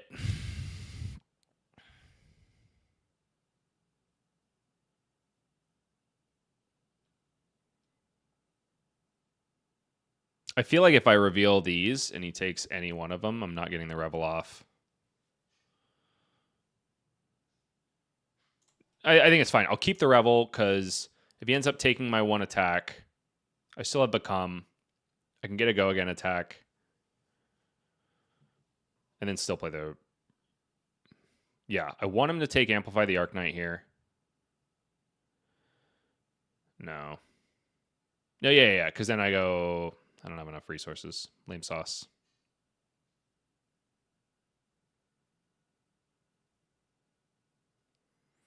So lame.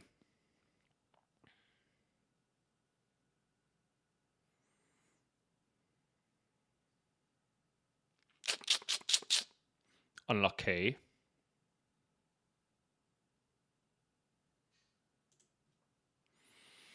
Maybe I should have shown the Revel. Held back the...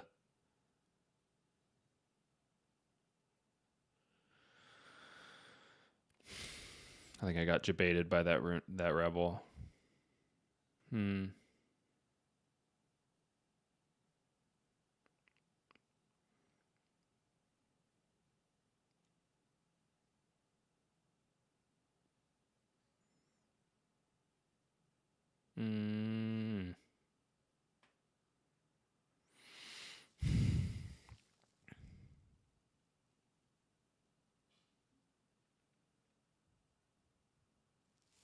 Yeah, I think we're getting rid of the rebel, holding on to... Oh, God, I hate that.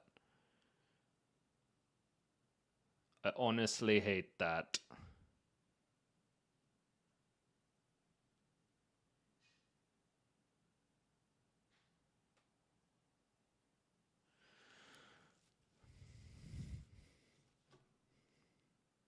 I guess we hold the succumb because we do kind of want to control our opponent's turn. I don't think I've got the kill here. I guess there's snuff out.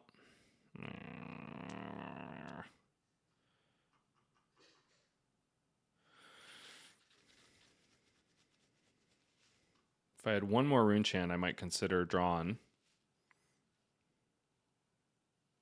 I think it's Gloomveil.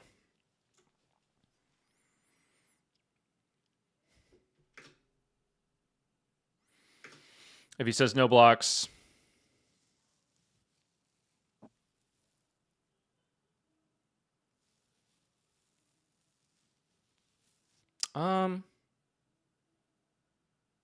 yeah, no. If he says no blocks, I play the succumb, control his hand. If he does block it, I think I just pitch this to swing the Reaping Blade.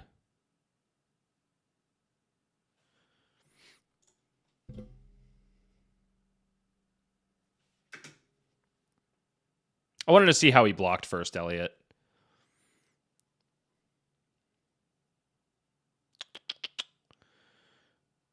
Does he still have Teclacore out?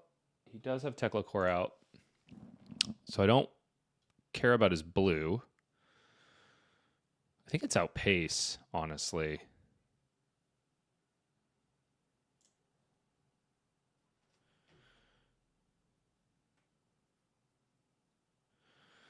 I'm action point rich, but resource poor, alas.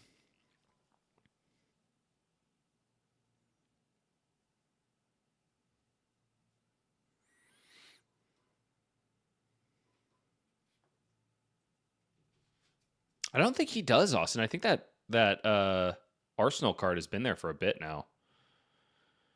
We boosted away a zipper hit. There's no way he's got a boom grenade on top. What is my turn? It's all attacks is what it is. Ew. Ew. I could go Rune Flash, activate Grasp, Rune Rager Swarm, and pitch the Reaping Blade, I guess. Ew. No, I don't want that. I don't want that.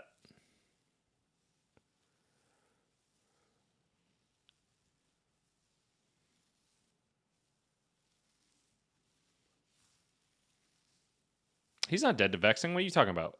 He's got 4. That does 2.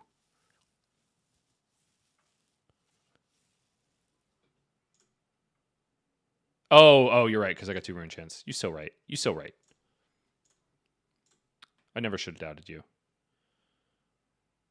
I never should have doubted you.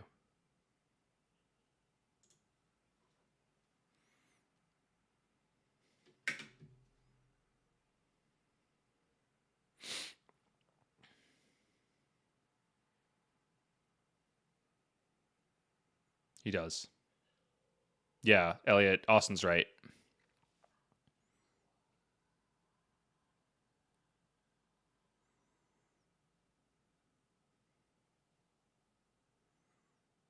He does have to play it out here, though, Austin. Would he Arsenal it? Loose Leaf T says Dissolving Shield, best card, not biased.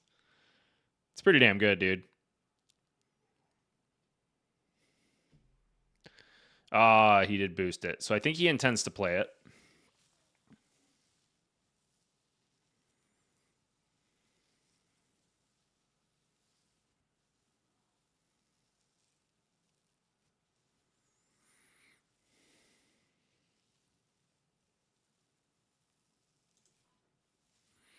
So I think my turn is just going to be Rune Flash.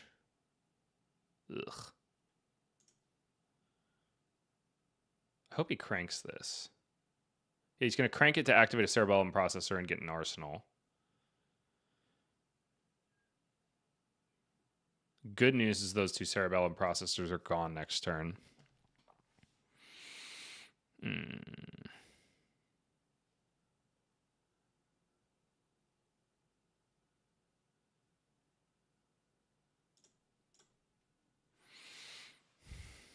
I am pressuring. Justin Kinnison says, oh, true, if he holds that back, true.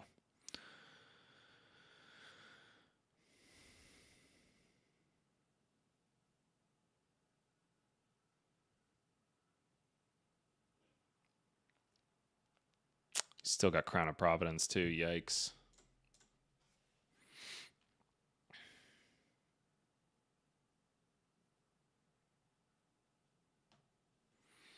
Well, that's gone.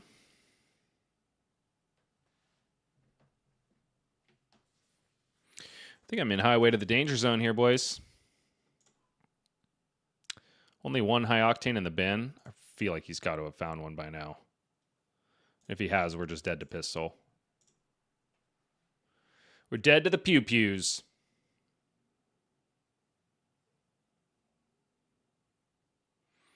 If you have any ideas for decks I should play throughout the rest of the stream, go ahead and post them either in the AGE Discord or right here in chat. That's fine with me too. What is that? Blue? It's a red.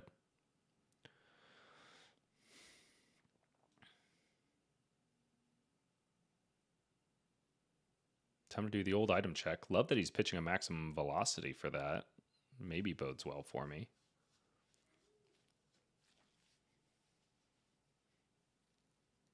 I actually do kind of want to try -IO if I'm being completely honest.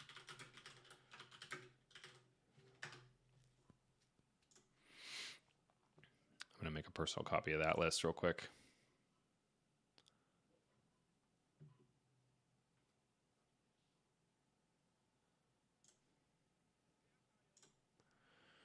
It's a consideration, man. I really want to...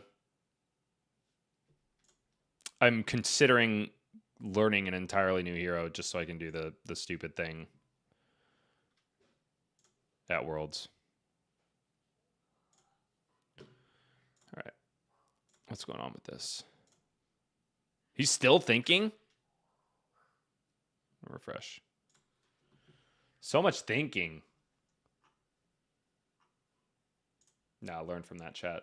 It's good to think. Thinking is smart.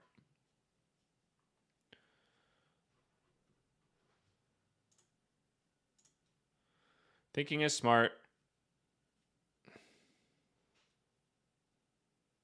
-IO Armory decks are in. I just got word from Evan Bridges from Odyssey. $40.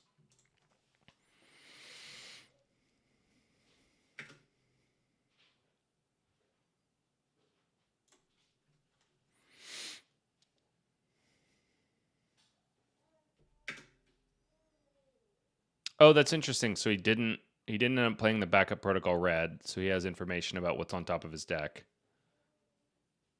before going into this turn. Little cheeky. Little cheeky. So we'll probably do one more game on this Viscerai list because I'm shaking the rust off. And I want to give a little bit better of a view of it before we move on to something else.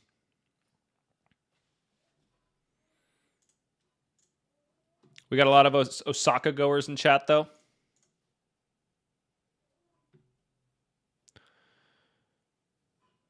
If you are going, I hope to see you there.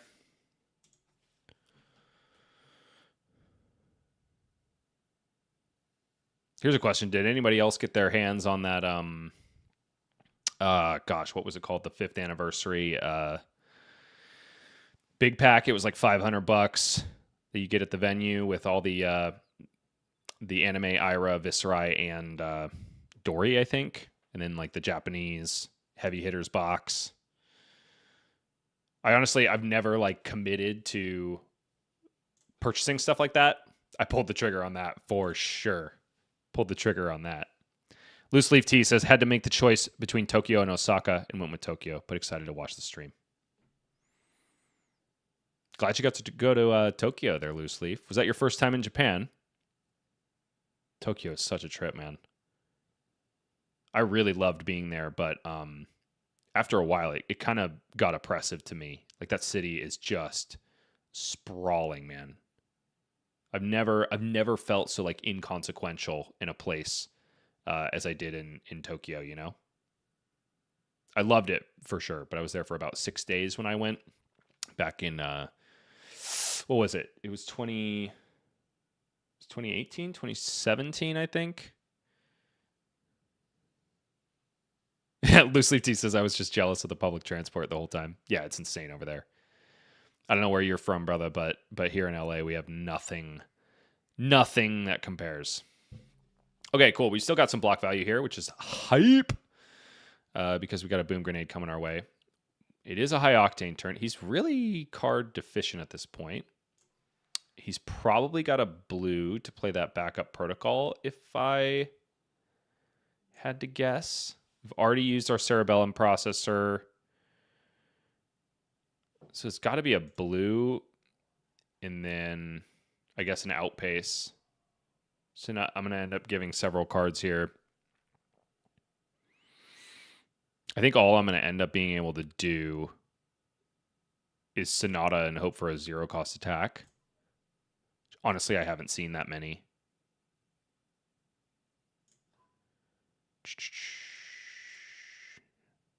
I'm not taking that boom grenade. I don't want to. I have to be worried at this point about what's in his arsenal. 18 cards left in deck. That's plenty of gas. Still one more high octane in the deck, I believe. Yeah, one in the graveyard, one in the banish. Honestly, I probably just keep a blue and go Grasp, Reaping Blade. Shoot. So we can still activate backup protocol, get another breakpoint. So I could block it out. I think I have to, honestly. Gonna have 3 action points, 6 damage coming from the symbiosis shot. Yeah, I have to. Feels bad. Feels real bad. Still gonna have cerebellum processor online next turn as well. I'm just hoping he has to boost away another high octane for this.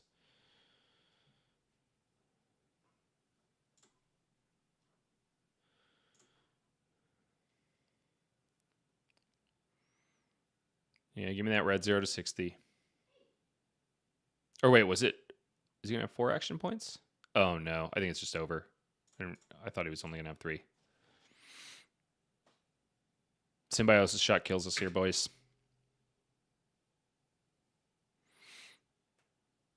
Yeah, so case in point, this was just our opponent finding 1 high octane the entire game.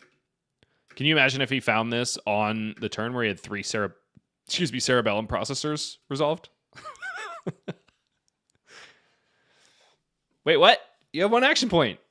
Kill me.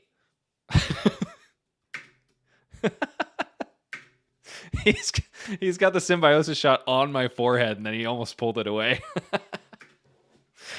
High octane, very good, Donald Kelly. You are right about that. Hey, why did I log out?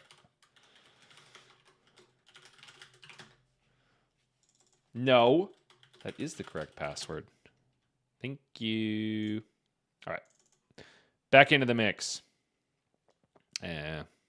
Actually, what the heck? Let's show an Azelia game. I think this is still the Viscerai, yeah. As an Azelia player, I do think that you should take first away from Azelia. When I'm playing Azelia, I am taking first pretty much every time because we always get there. We always get the dream. I think it's Dyadic again. I really want to be able to block out a nasty Red in the Ledger because 2, 4, 6, 7 means that a Red in the Ledger can be coming in for 11 dominate. No. Yeah, it would only be 8 dominate. So actually, I don't gain a whole lot of equity by having a 2 block there.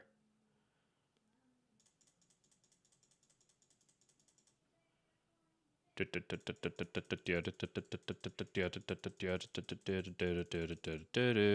actually don't know what turn Aether Iron Weave is super good for. I guess it's casting like a Rune Flash or an Amplify when you don't have the resources. Yeah, we'll stick with that though. Snuff Out is nasty against Azelia. She can't block. I felt very non-attack deficient in that game. I felt very non-attack deficient. I had them all here. And I really think the stats say that this was non-attack favored overall. Maybe I just got unlucky. Unlucky. Eeny, meeny, miny. Honestly, these are good because I'm going to be doing a lot of blocking. So maybe it's the Rune Rager Swarms. They're so good, though.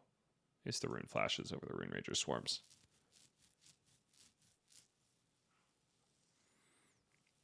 We're going to be doing a lot of blocking. Uh-oh. It's Sandscour. Honestly, in general, I am less scared of Sandscour than most things.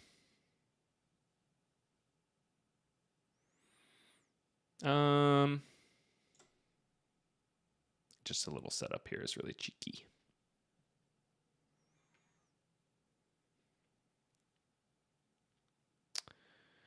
Yeah, I'm going to activate Grasp. I'm going to pass with an action point because they might go ahead and activate Quiver, and then I might be able to do some fun things.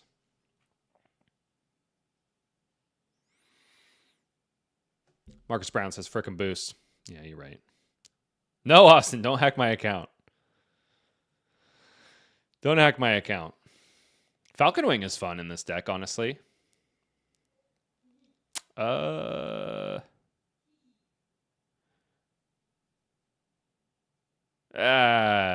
He pitched a blue, so I think he got me. I'm going to pass still.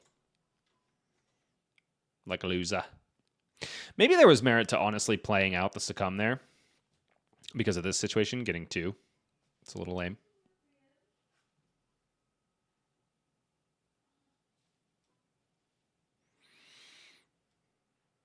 No arrow, no arrow, no arrow. Damn.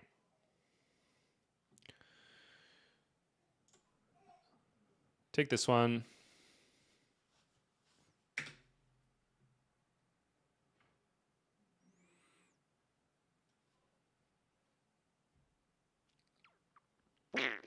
Yeah, there's got to be some buffs on this.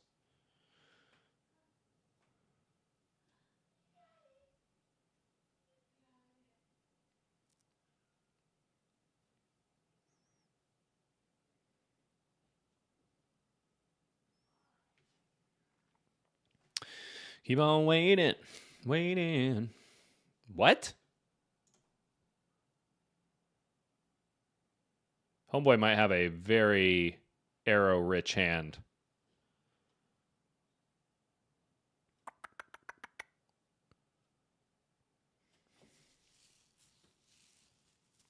That's very interesting. What is going on? If I just take it...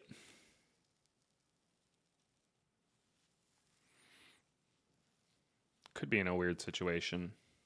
Oh, no, because I can do that plus that, create another rune chant, then only pay 1, and then swing the Reaping Blade. Yeah, I'm fine with this. So I'm fine if he says yellow or blue here.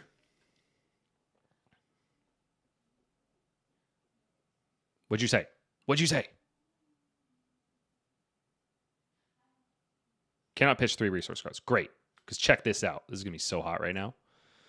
It's going to be so hot right now. Amplify only costs 1.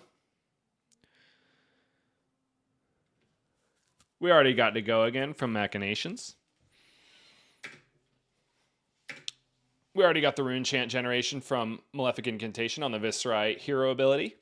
Homie's going to say, well, I can't block this. I got to use my cards to control Viscerai. And then I'm going to say, succumb to temptation, bro.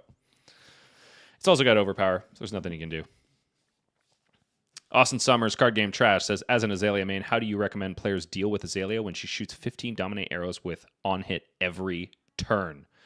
First of all, Austin, we don't do that every turn. That's like, I know sometimes it feels that way, but by and large, Azelia games are not 15 dominated every turn. I do think playing against Azelia in a deck that is susceptible to her disruption is hard, and it takes a lot of discipline. So he's got knock and...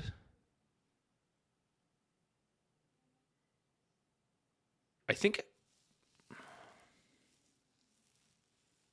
Blurg, that's annoying.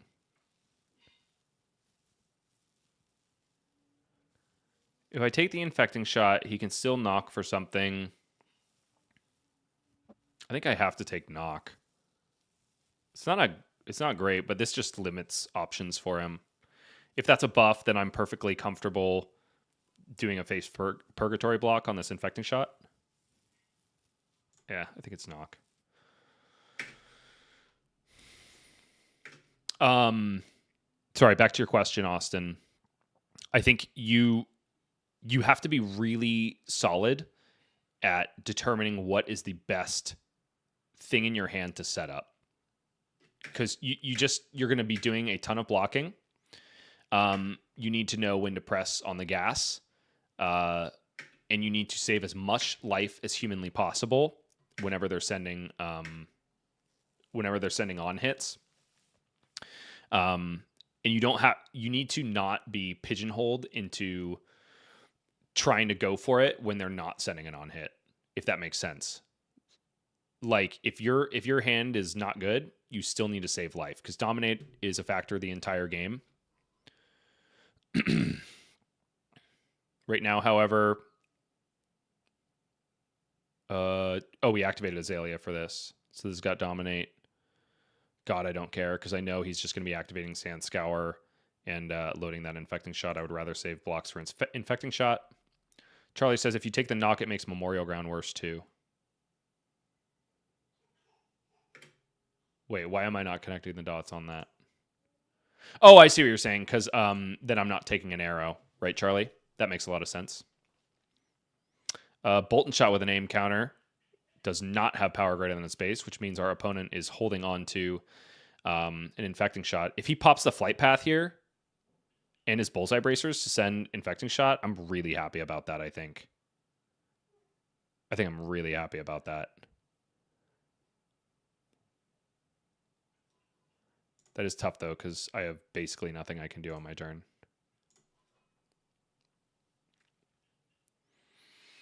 Charlie says, yeah, they can't fish Red in the Ledger and recur it right away. Yeah, that's a good point, bud.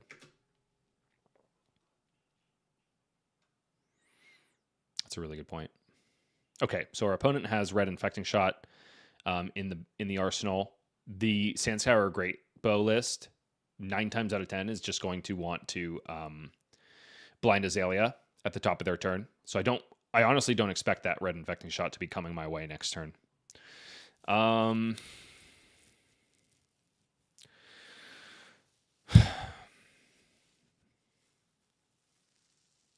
in a bit of a tough spot here because of my resources.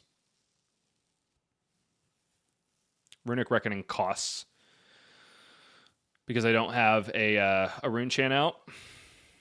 Revel in Rune Blood is less than a stellar card here. If I had any other attack in my deck right now, I'd be really, really happy. Grasp isn't even a savior here. I think, unfortunately, I'm having to pitch 2 cards for this Amplify, set up 2 Rune Chants for next turn. It really doesn't feel good, but I think that's my best option. So we're out of Succumbs. for the foreseeable future because we've pitched one down and then played one. So if our opponent's paying attention, they're going to know that. Got 2 rune chance on the back end for next turn, which is pretty solid. And a Revel and Runeblood and Arsenal. The tricky bit about this is Azelia has cards called Lace with Inertia and Seek and Destroy. So anything I set up in Arsenal is under threat of being bottomed or destroyed at any point the rest of this game. I really wanted something more... Something more influential to do on this turn, but alas. Oh, and we're blocking with Flight Path. That means we're going wide. Opponent's going wide on their next turn. It's not a bad turn if I can get it off. So we're hoping we don't get hit by a red in the ledger here. The Seek and Destroy is totally fine because we're going to be able to clear out every single one of these cards in our hand. Deadeye's annoying. I've activated Azelia, so I think this has Dominate, but it is a blue.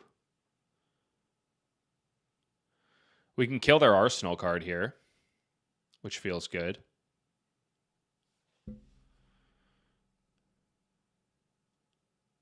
This is rough, though.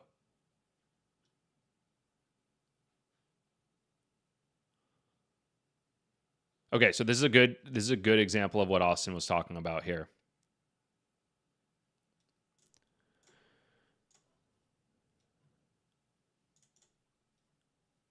Okay, I can't block it all out. So I think we're just going to do this. We're going to get our value on Face Purgatory here, denying an Arsenal. Yeah, they're not representing a Premeditate. 9 times out of 10, they're going to take the Revel and Runeblood. It really depends on what we draw, though. So we're... Still probably not going to be in a situation where we get to resolve this Revel.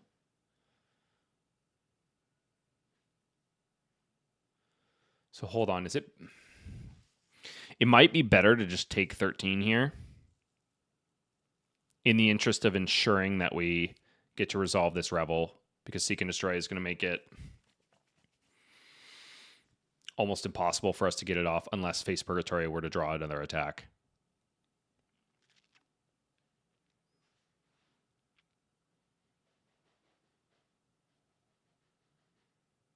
Yeah, we take 13 here because we know we can't block it out.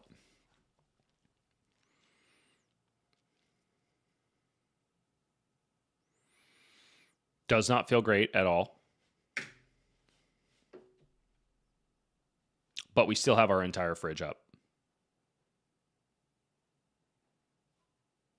Wait a minute. Oh, I thought that had Dominate. Hold on. I thought that had Dominate because of the activation here. I was wrong.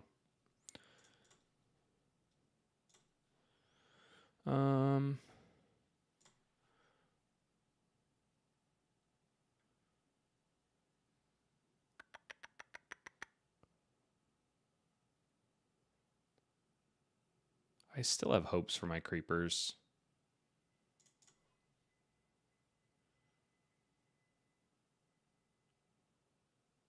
I still have hopes for my creepers. I don't...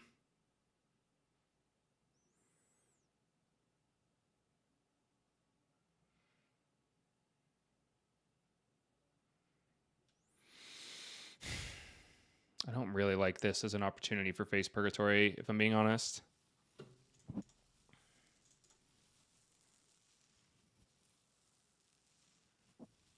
No, that's not good enough. I'm going to give up the creepers here.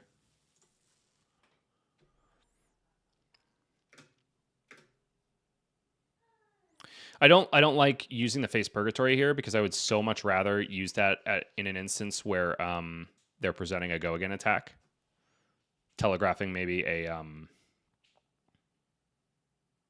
codex or something of the like. Okay, so this Azelia definitely found a sedation shot and gave it the aim counter. So I really think, yeah, this one's got Dominate.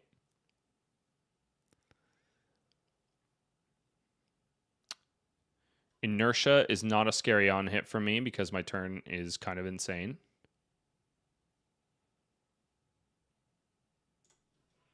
I'm going to see if he presents something a little more terrifying. No way. I thought that was a flight path for sure. No way. Oh, baby. Oh, baby. Here we go, boys. Mordred, Runic Reckoning. Eeny, meeny, miny. Can I use this Machinations at all? I guess it's just going to be a pitch card at the end. Wait, hold on.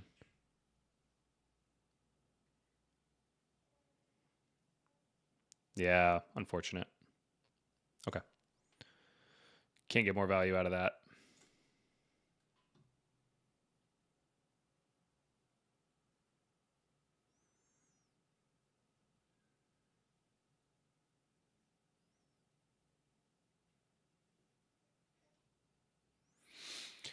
So much damage.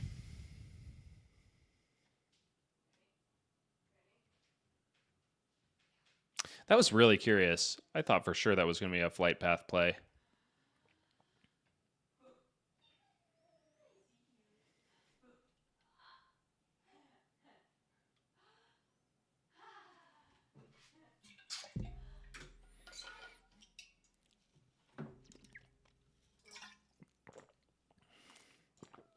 Casual 11 rune chance.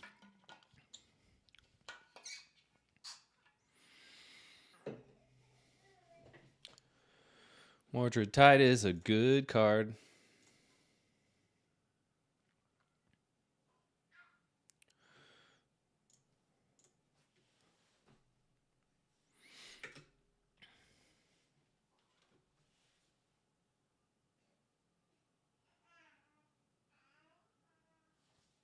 Kind of a weird hand. In this hand, Mordred Tide is only worth 3 value.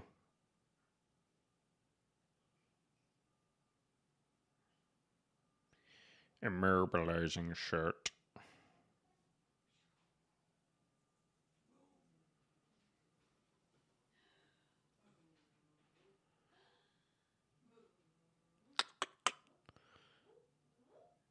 Can't do Face Purgatory here, but I don't think I want to anyway. I think I'm going to IP myself here. Unfortunately. But establishing a Mordred Tide is hype. Our opponent is very low.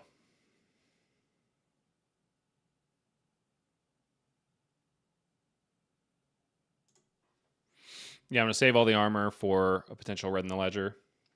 Next turn. Great. Infecting shot. Great. Ew. Oh. Yeah. He's smart.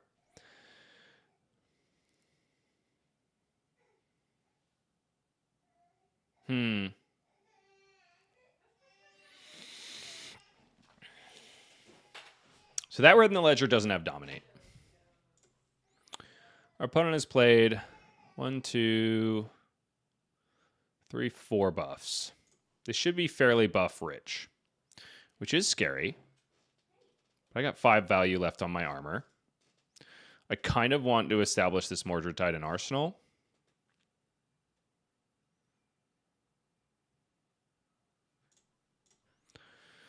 This might be risky right here.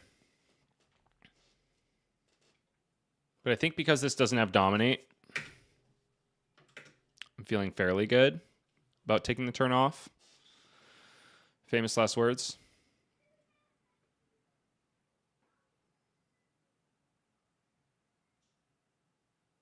What do we find?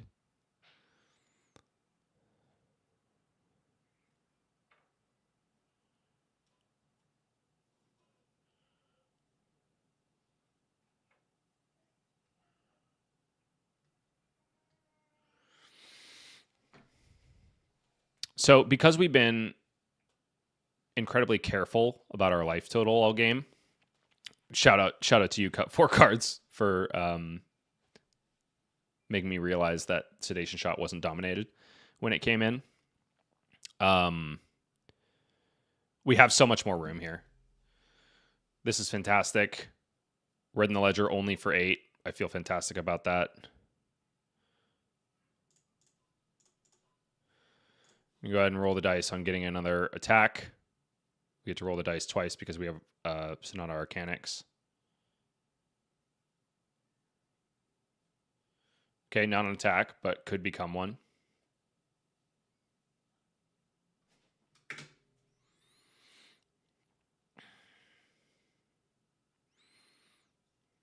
So the question here is, do I pitch to reveal another card with the Become the Arknight, or do I hold it back to get rid of the Malefic Incantation and find a 0-cost attack?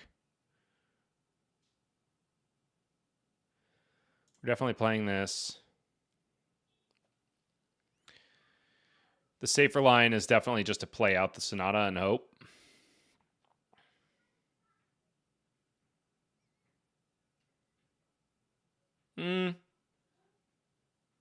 Okay, so there's another line where we activate Grasp now, create 2 rune chants, and then just leave the 1 resource floating for the weapon. So that's 2 rune chants, plus 2 more is 4, so we're already threatening lethal just on rune chants. I actually like that. I'm going to pitch to Grasp. So even if we don't find an attack off of Sonata, I think we're in a pretty good spot. Boy, howdy, did we. That's tight.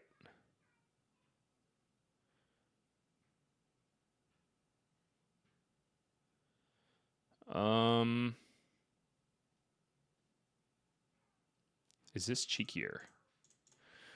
So we'll play the Malefic.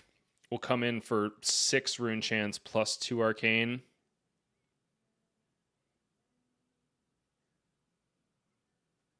It's just more damage.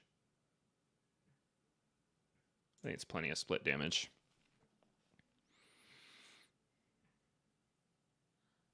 We're very lucky that our opponent gave us the room to do this. But we were rewarded for holding back those vital equipment pieces, right?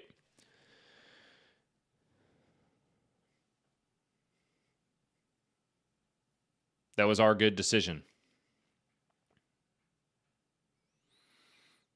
We saw an opportunity where we could use that Face Purgatory very early. And we figured that there would be a better opportunity down the line. So what do we think, chat? Should we be playing Viscerai at Osaka or what? It's pretty dope.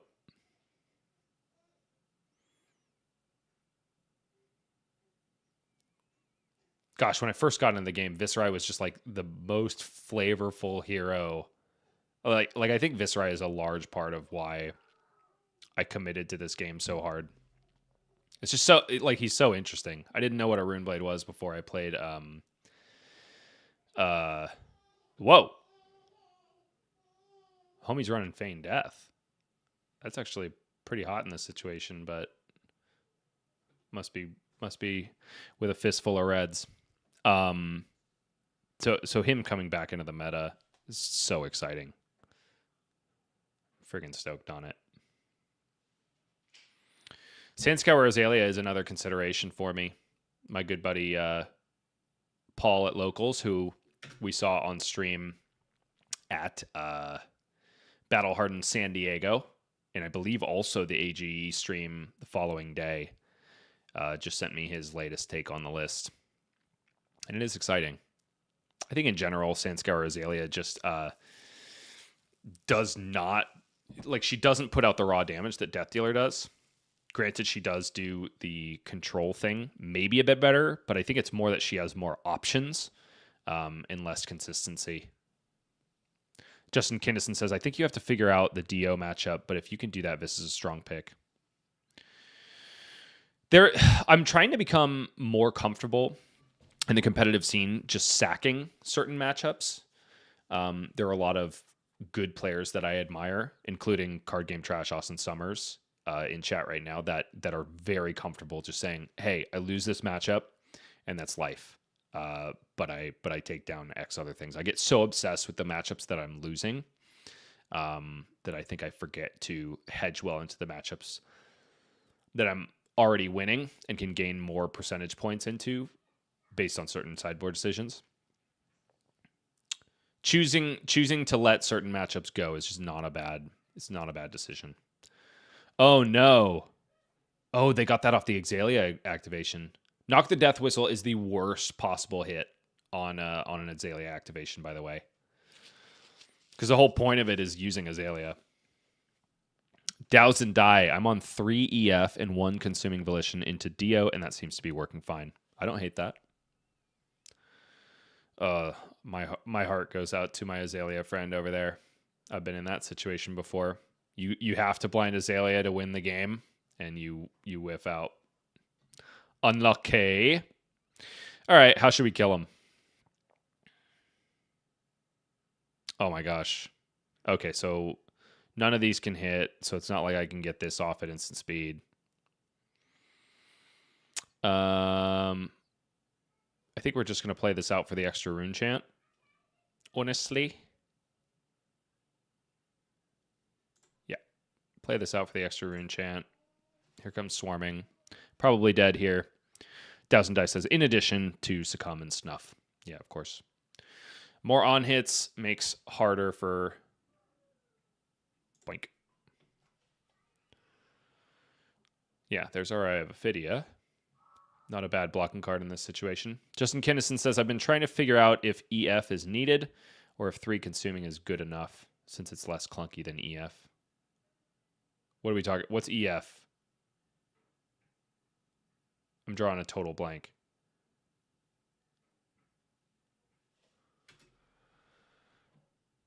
I'm notoriously bad about the abbreviations for cards, I have to admit. Erase Face, thank you so much. He said. Wee.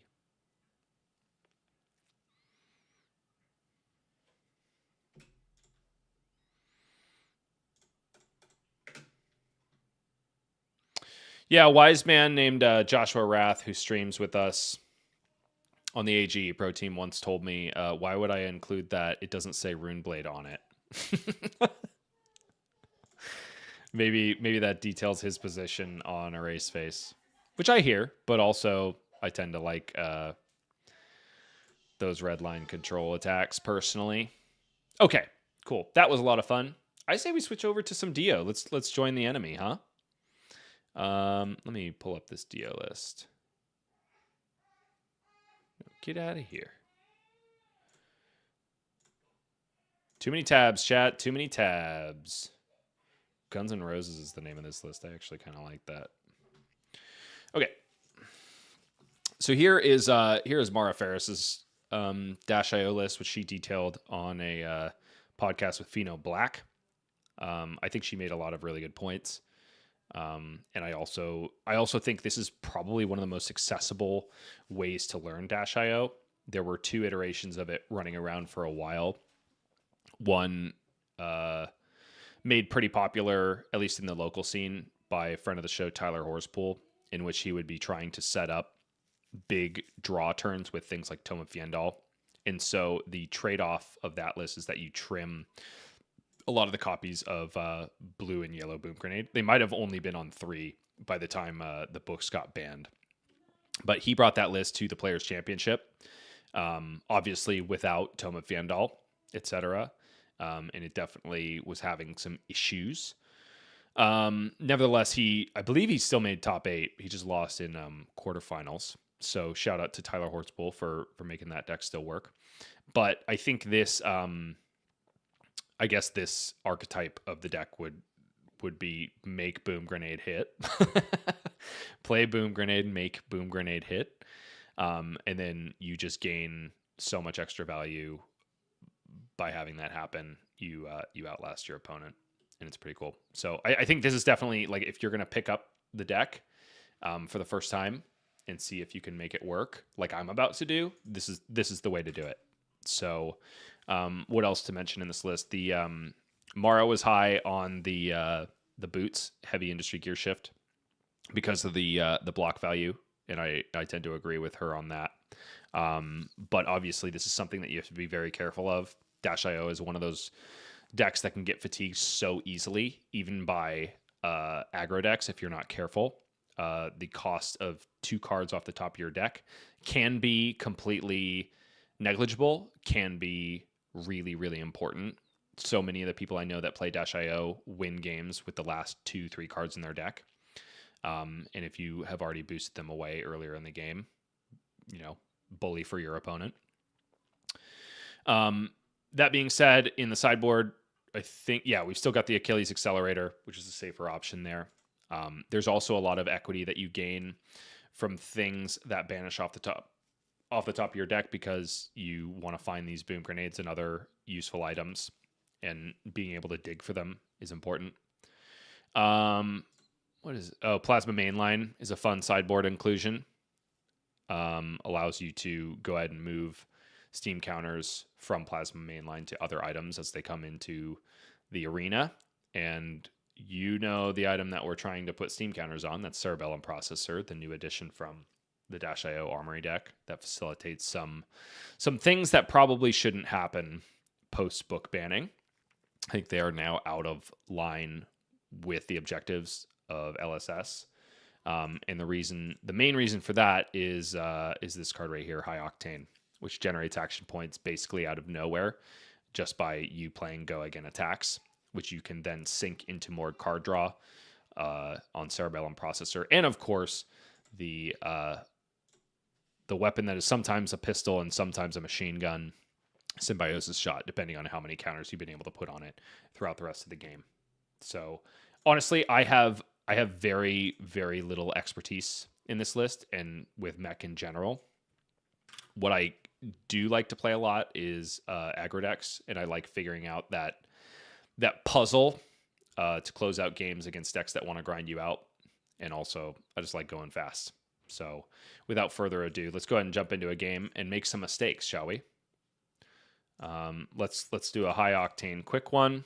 No pun intended, with Azelia Constella Intelligence. Giving Azelia first is a little bit crazy.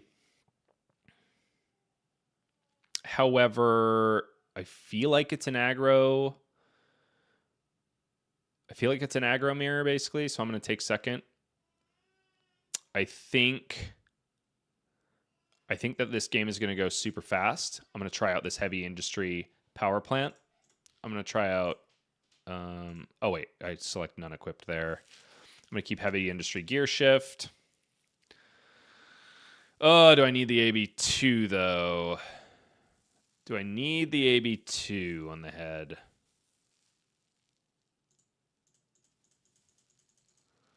That's awkward. I'm gonna go with AB2 on the head, honestly. Austin says, by the way, item setup OP. You think she always wants to go first, Austin?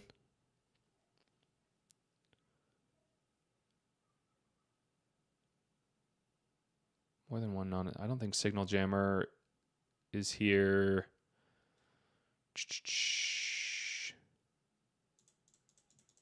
Max V's in this. I think I just kill him, man. Whatever. I'm gonna put the Max V's in because fun. I'm gonna put the heist in because fun. I'm gonna put in the scramble pulses because I think going over 60 is not a bad idea your first time playing this deck. YOLO Swag 420. Blue Boom Grenade on the top. I can do a little bit of item setup. Also, I can filter the top of my deck. 2 Spark of Geniuses is probably not where I want to be.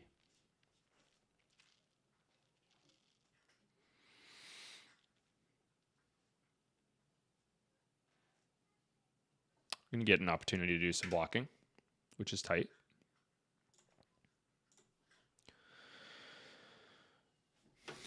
Going to take some hits here. Just get as much block value as possible.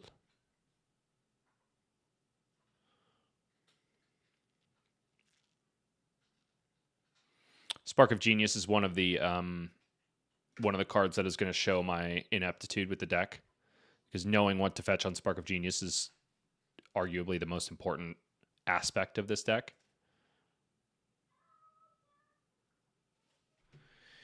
He's got a high voltage. I feel like I just played this boom grenade off the top. Sick. No. Start with a shot. Start with a little bit of extra damage. Great. Oh, so I don't get to crank because the top of my deck is a Teclocore, but I still really want to play that out. I don't have anything else to sink resources into. I didn't bring my Teclopounders in.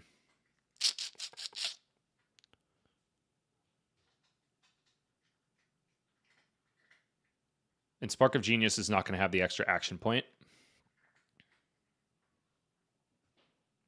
Yeah, I'm playing this off the top. Teclocore is too good. And then we get to banish Scramble Pulse. That's fine. Fraser Eastman says you can play it out in boost, present it as a 3, then play it off the top, make it 4 at instant speed. I don't think I can because you have to have cranked. And even if I play the Teclocore at instant speed, furthermore, I would boost away the Teclocore. Are you saying if I draw into, or if the top of my deck becomes a crank item? Oh, I guess what I can do is, yeah, here's what I'm going to do. I'm going to do this, boost to loosed. Then I can Spark of Genius. Oh, pickles. Found the boom grenade. Looks like you were right in this instance, Fraser. It's okay. Teclocore is hype. He took the boom grenade.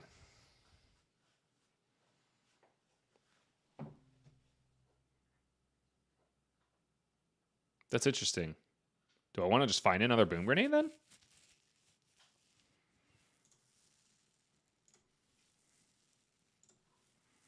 I have 2 resources floating, so I think I'm going to find a...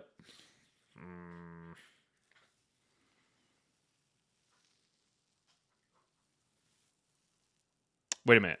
Oh, yeah. I think I just want to go fast, man.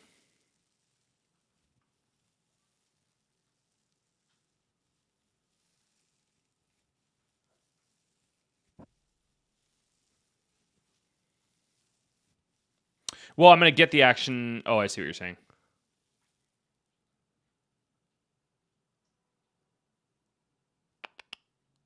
I think I'm just going to go for the Cerebellum because it's going to reset my arsenal. I think that's fine. I'll crank that, get the action point back. Oh, wow. That's hype.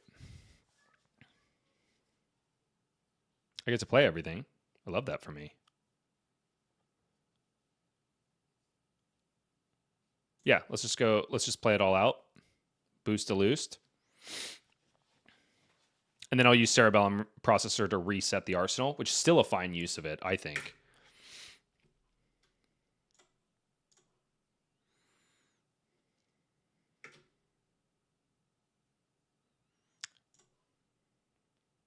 And I get it for another turn. Cerebellum Processor is insane, man. Absolutely insane. Playing Teclocore out off the top of my deck on my opponent's turn is also insane. Do I even need to keep this blue? Like, I could honestly just pitch that blue. Hopefully he sends some Arcane at me. I can Arcane Barrier 2 and then send out Teclocore. Fraser says it's crazy. It shouldn't have been printed. What, Teclocore? I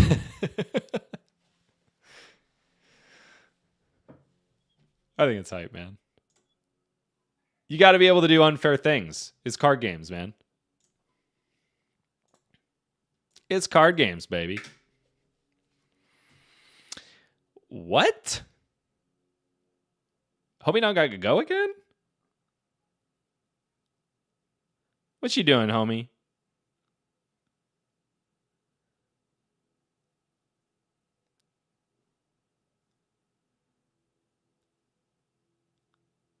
What you doing?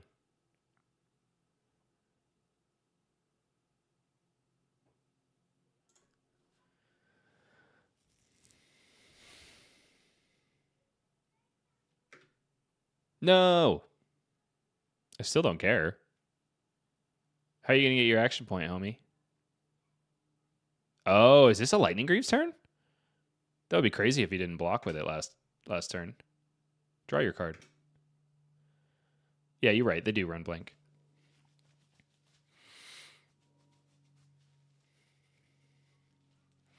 Happy to see him play blink here, though.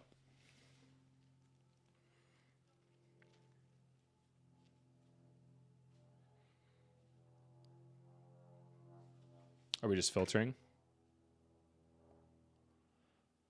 Yeah. Went for the dream. Alas, alas. I think I still play this out. And I think I can just get rid of my blue. 1, 2, 3. Yeah. Yeah.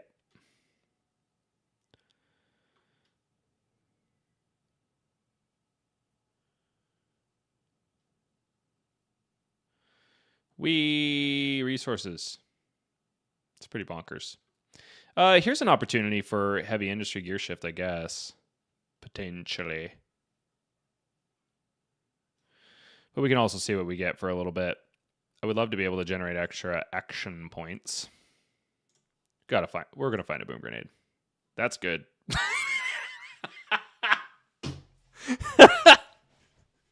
Dude, what? Cerebellum processor crazy. This is crazy, dude. Yeah.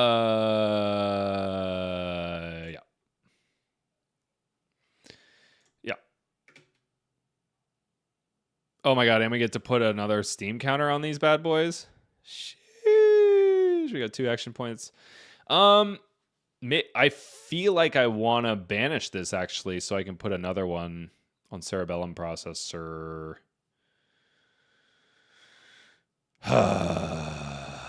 That's the way I feel. That's the way I feel, okay?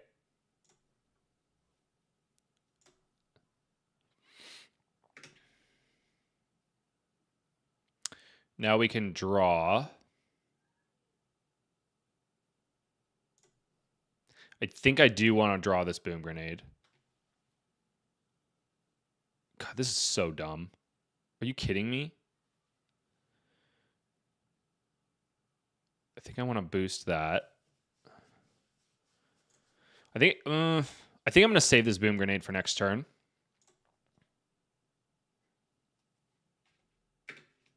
Because I think I will get a next turn. And that's when I want to put him in the grave.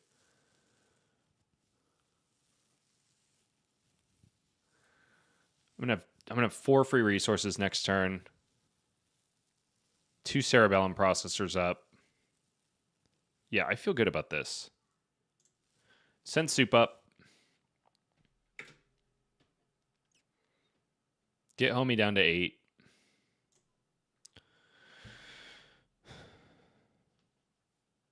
So many cards to draw. My attacks right now are a little lackluster.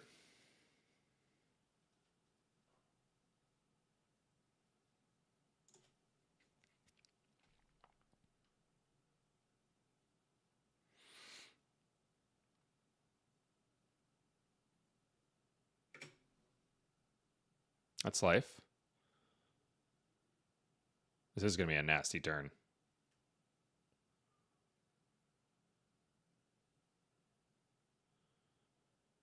Did he block with those?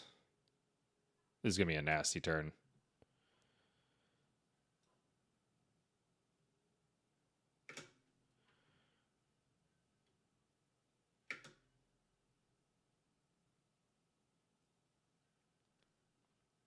Two action points generated from that because Lightning Greaves is active. I'm not blocking until he tells me to.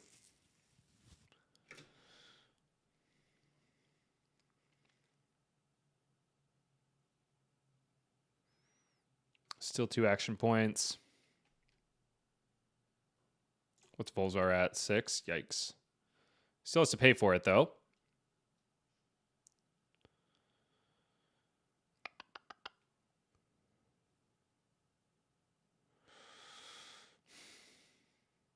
I'm taking on Faith. Then I'm going to draw some better attacks here. I mean, ultimately, I can just Spark of Genius for for a backup protocol red and be fine.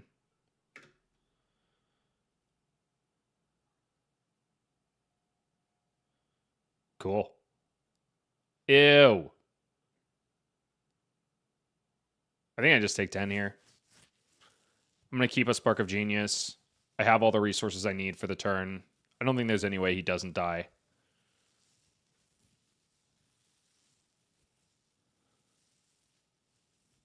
Mind Warp always makes our hands better.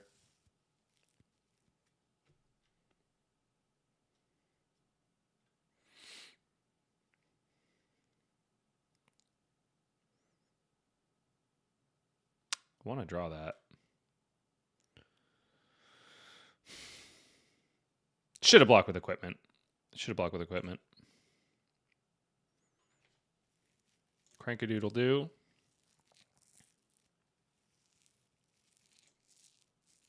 Sucks to boost that away. Oh my god. You have to block that. I don't think this extra boom grenade actually helps me all that much. I guess it gets me the extra action point for Cerebellum Processor.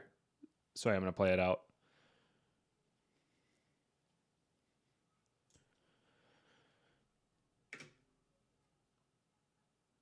With blue attacks on top, it's probably a good time to activate Heavy Industry Gear Shift.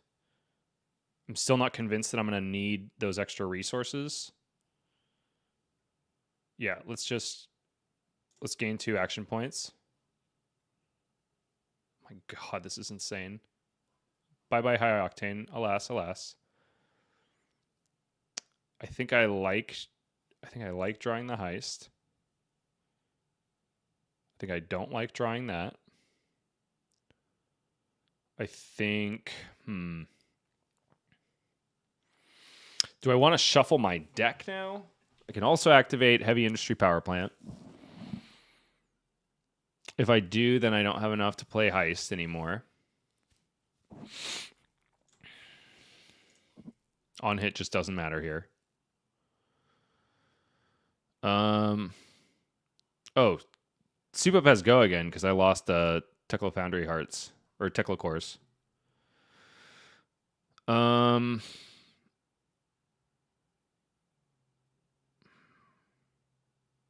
think I actually want to draw this blue now because I want to spark for my backup protocol red. Yep. And now I can boost that away.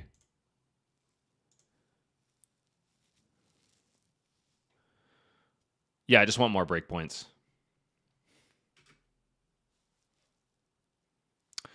Lol.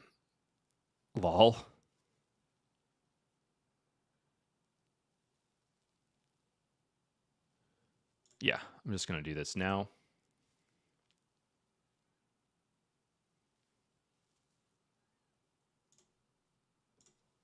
He had to discard an instant. Unlucky. Unlucky for me here.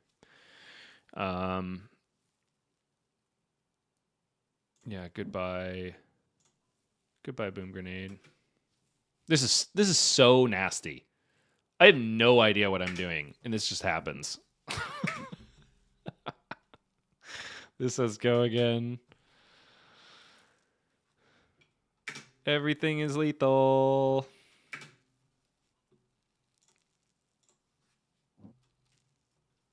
Yeah, whatever. I should grab 1 cost. Who needs high octane?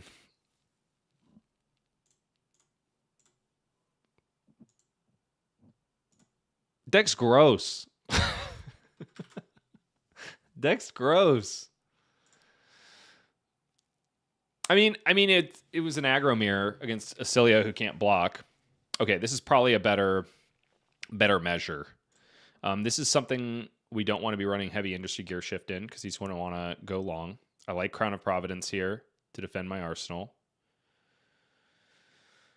I guess I'll keep Foundry Heart. This is cool for just a huge turn. Gammy TCG says, GG, didn't draw an attack for 2 turns. Pulled the combo out of nowhere there. Oh, was that you, Gammy? That was a good game, brother. Thanks for hanging. Sorry you didn't draw the attacks. Azelia life, huh? I think I like Pounder here. I like Max V here. I feel like I just want a lot of... screw it. Let's try Plasma Mainline. That seems fun. He took first away from me, alas. It's maybe Plasma Mainline bad. I'll bring these in. I'm just going to send it. It's such a beautiful day. Arms. Yeah. Vambrace was not the choice here. Vambrace is probably for Enigma. Fraser says it's crazy, isn't it? I was scrimming my friend on it and did 20 plus off a 3-item hand with HO and Arsenal and a Cerebellum on board. Yep. Ish is crazy. Oh, sweet. We have a skip all rune chance button now? That's so hype. That is so hype.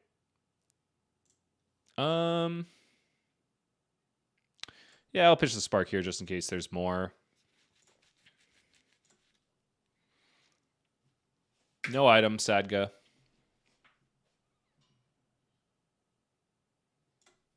I want to hold the spark here. Unfortunately, I'm showing a non-boost attack. Uh-oh. Uh-oh. Okay. I could establish a core here. That's not bad. Or I'm sorry, a pounder. I don't want these cores to go to the bottom of my deck, but... it's kind of dumb. Darn it.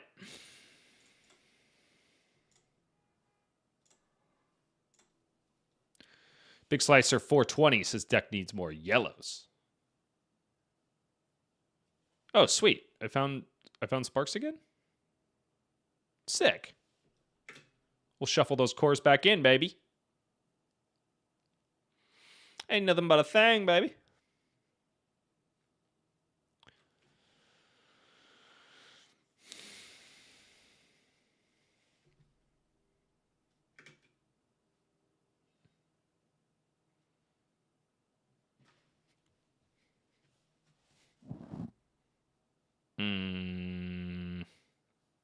I need the resources.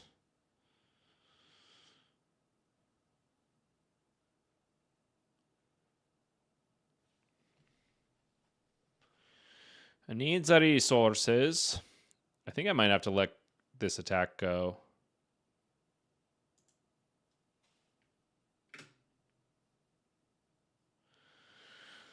I don't want to crown it here. I really don't want to draw this boom grenade, I don't think. I could pitch to play the boom grenade. But I don't feel like it's connecting next turn.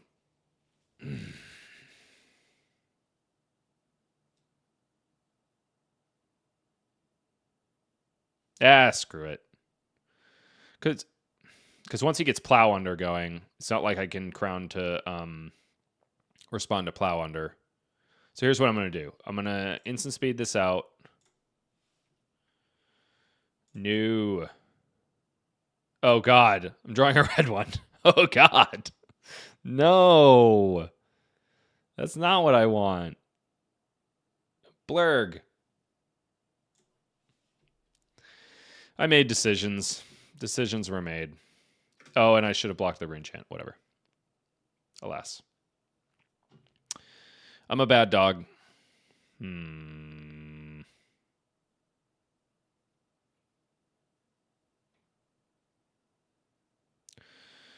Ugh. So we're going to pitch 2 reds.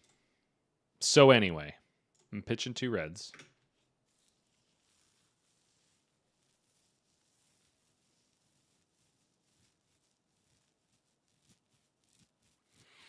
Spark out a Cerebellum processor, reset my arsenal.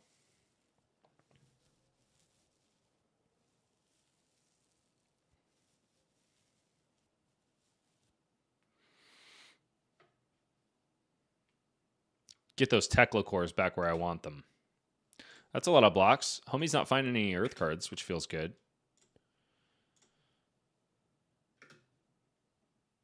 Eeny, meeny, miny. Yeah, it's going to have to be. Oh, yeah, I draw off the...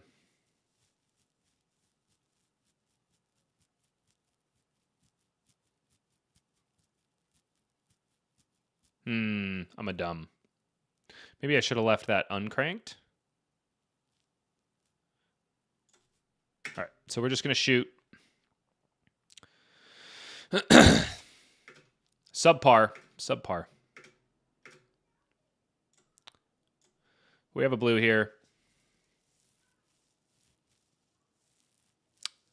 Another CNC? Lame. Totally lame.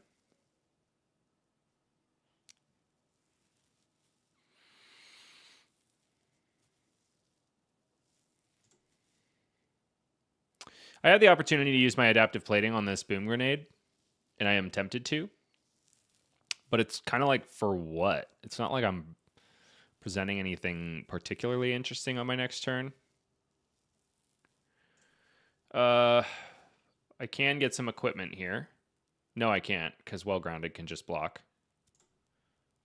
Wow, well-grounded has block value? That's kind of OP. It's kind of OP.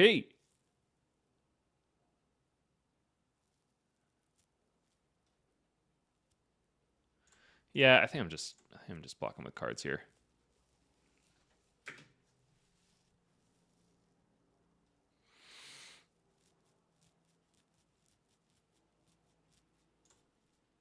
Eeny, meeny, miny, outpace. Jace. Found an item. Hype.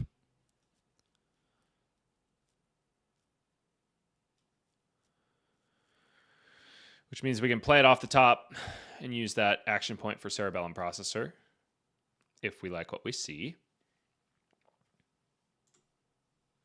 Channel Mount Heroic is fun.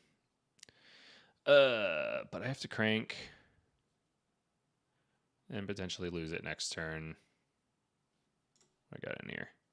God, this deck is so cool. This deck is so fun.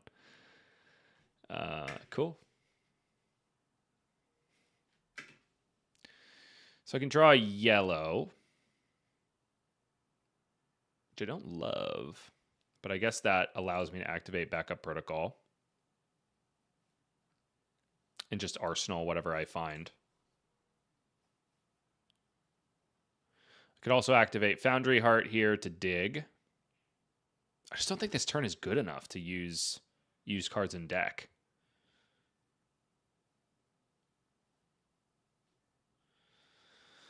Blurg.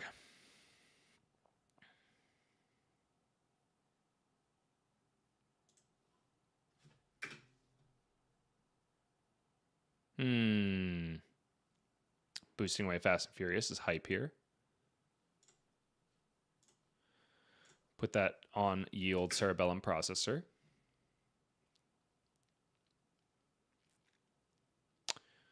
Shows me E-Strike.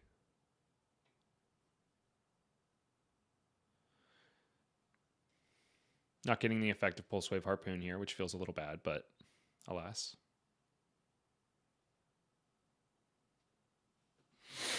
I love that I'm drawing a 0 to 60 red in my next turn. Only resolved one Boom Grenade so far, so I'm feeling fairly confident that we can find it for next turn. I'm just going to go ahead and stick this... ooh. Maybe that's better than the Pulse Wave.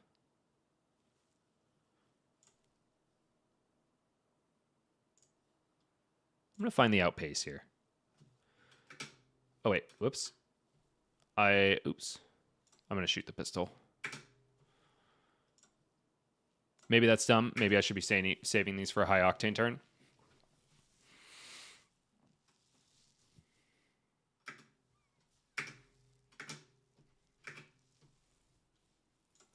This could be a felling or a plow under, which wouldn't feel great, but at least it would be less power. Sweet. You strike for 7? I love that for me.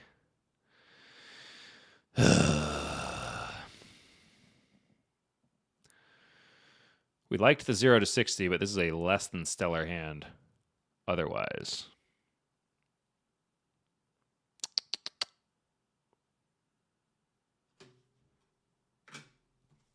We take 7.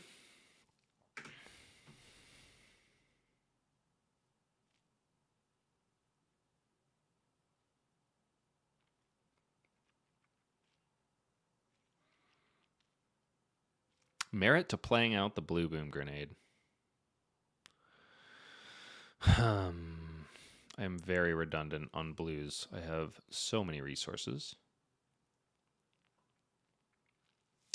It could be as simple as like 0 to 60 boost, establish another pounder, but then I'm losing value on cerebellum processor. I really want to try to find an item here, I think. There's so many of them in there.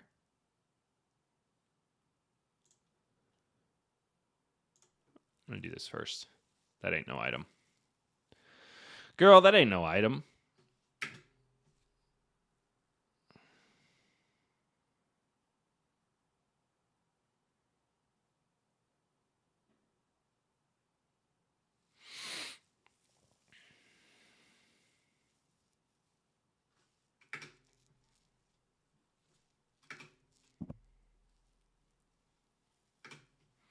Okay, cool. So this potentially means they can't Felling of the Crown us next turn.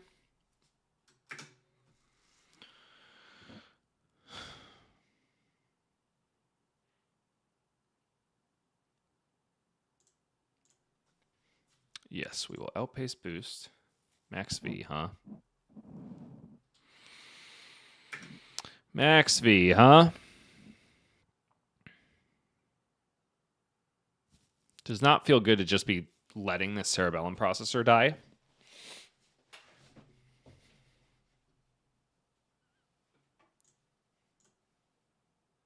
Does not feel good.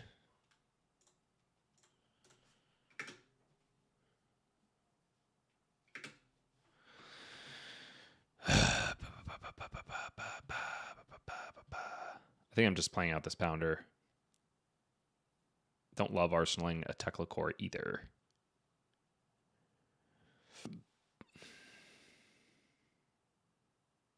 I could activate Tekla Foundry Heart to dig further. But I think the load is kind of already blown. He's already close to half health. He also... This means he can't Felling of the Crown me next turn, which feels great. Could be the last CNC. But if I have to let the Tekla core go, maybe that's all right. I think this is fine. This is fine. Don't think I care about this.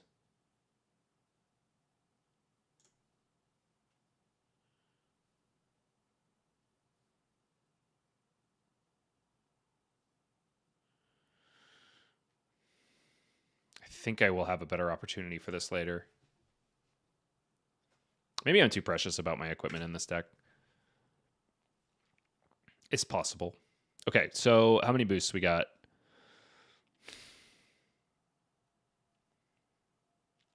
Not enough for max V. Might be another setup turn.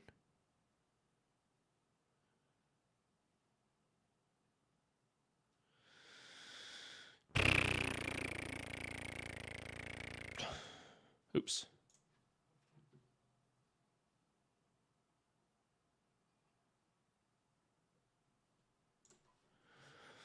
Might be yet another setup turn.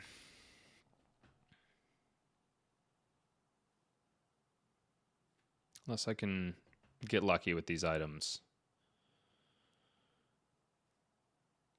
So I think I want to go 0 to 60 boost first, in case I find an item, alas. Because then I would be coming in at a break point. My opponent will have to guess about the boom grenade. Don't got to guess if you have a sink below.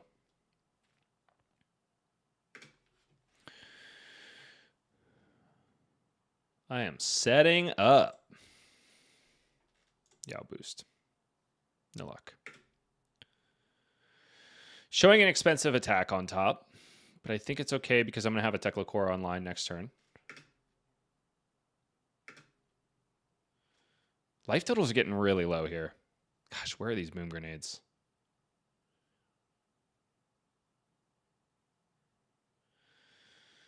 Okay.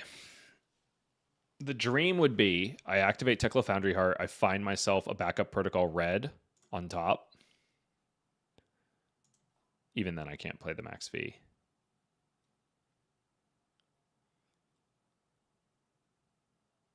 He blocked with a plow under.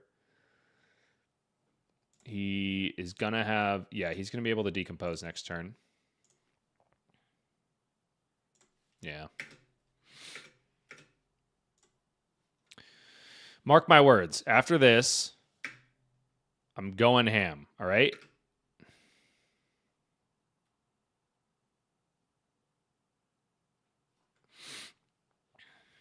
Card at the bottom of my deck.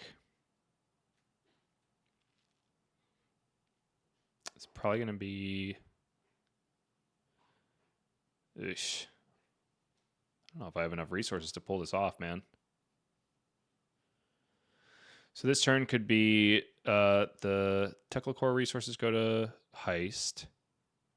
Pitch for Tecla Foundry Heart. Then we're floating 4. Backup Protocol red.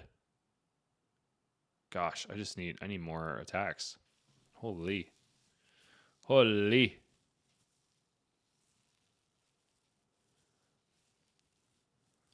I feel like I'm just set up McGee over here.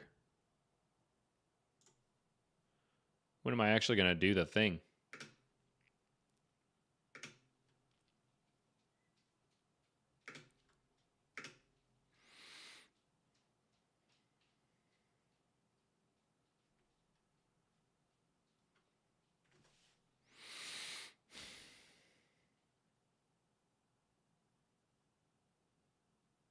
Do I boost this boom grenade or not?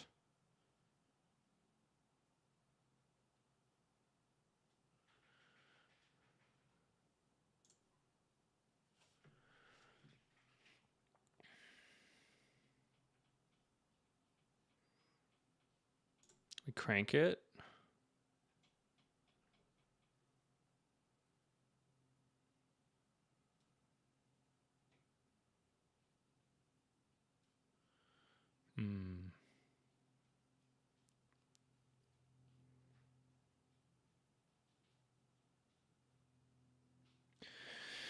So we want to establish the Cerebellum processor over backup protocol red.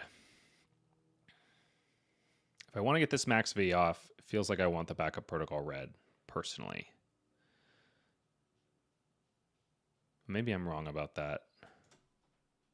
Got to do the fun thing with the new card, right?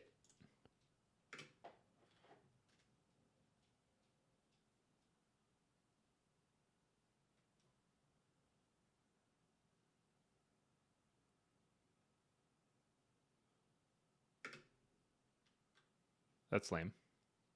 Forgot to play around that.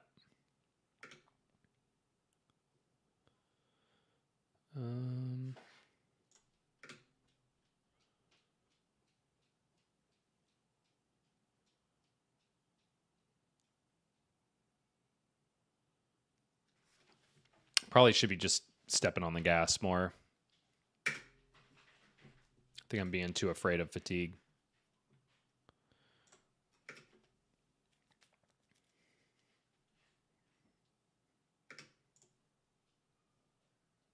Oh shit, did I just give him...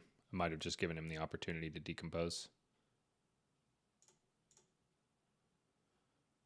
Oh no, he had already blocked with an Autumn's Touch. I gave him nothing.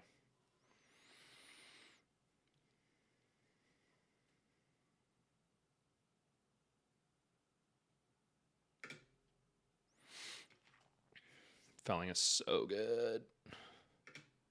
So good. I think it's going to be soup up here. Can I find a way to boost a third time? I don't think I can. Or, oh, wait. This is 3 boosts right here. So it's got to be this one. This guy will galvanize the boom grenade. Probably just get block value on the Technical Foundry Heart what we can.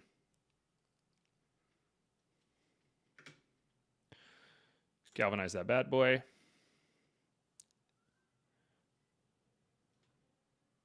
We'll play out this boom grenade because we're going to resolve a max V. We know it'll hit.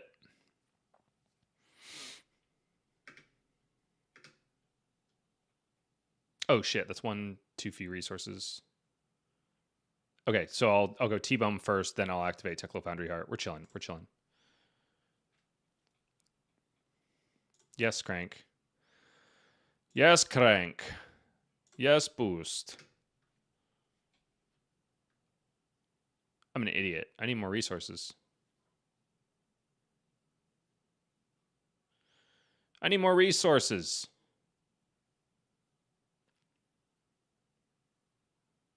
Bad dog. It's a bad, bad dog.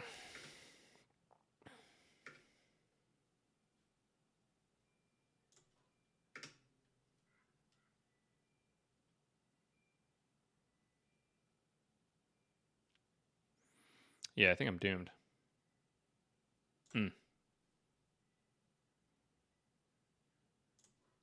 No way around that.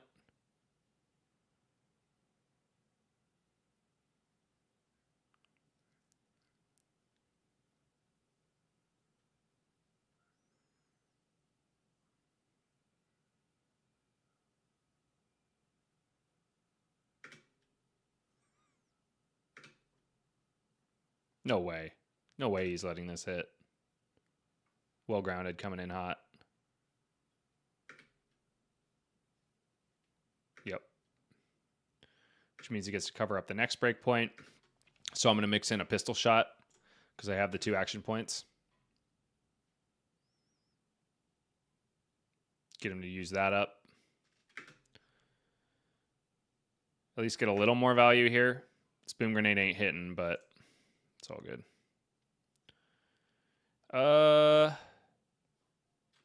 Losing an outpace. More 0 costs. Got a lot in the bin.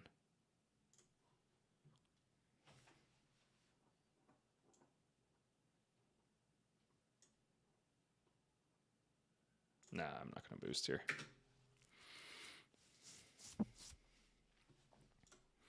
At least getting another card, but there's nothing from stopping him from doing like a plow under.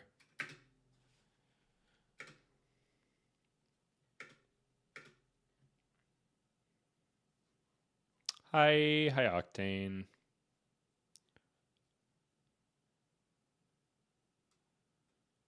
Oh my god, do I get a... Oh, I don't get a chance.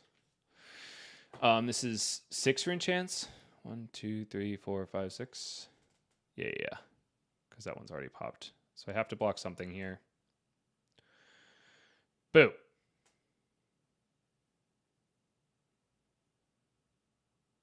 That sucks.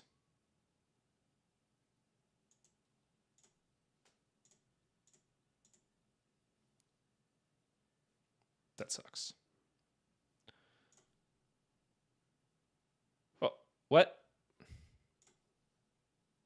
Sorry. Okay. And then I'll skip these 2.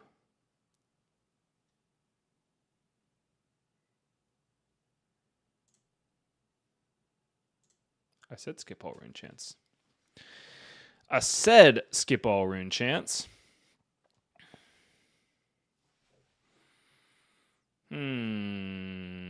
Gosh, I've got a red on top. So gross.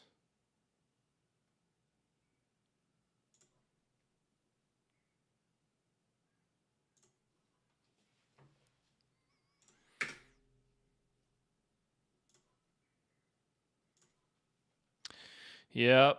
And then another red. Ew. Damn. There's no hope.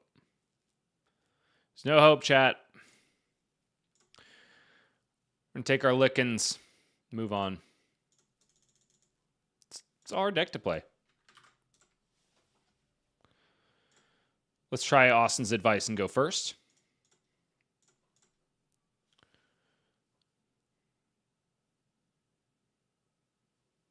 Man, I'm really interested in the power plant. I think we would have been able to resolve that max V if we had been playing that. It's really interesting. I feel good about the gear shift here. I'm going first, so I'm going to start with pounders.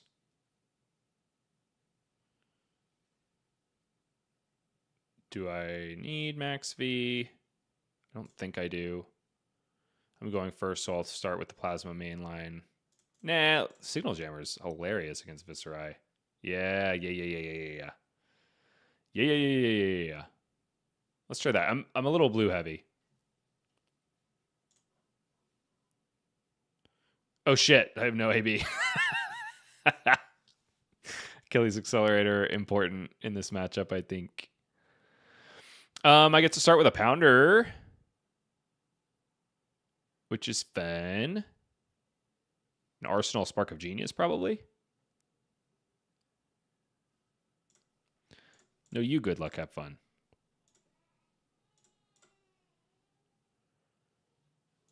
Boink. Fatigue Viscerai. Yeah. Should have had my max Vs. But this is not a bad start, considering.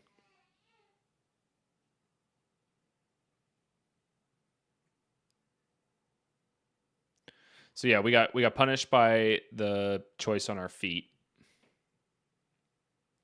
Signal Jammer is funny into this against this deck, though.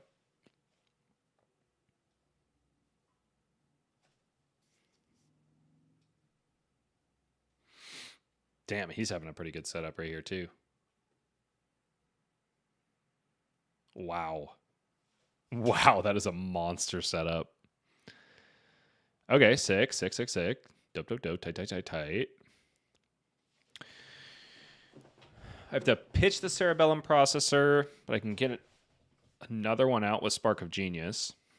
Gosh, I'm going to draw so many cards this turn. There's no way I'm supposed to play this Boom Grenade, right? I feel like there's no way this Boom Grenade hits this turn. Maybe Arsenal for next turn. Let's see what we got.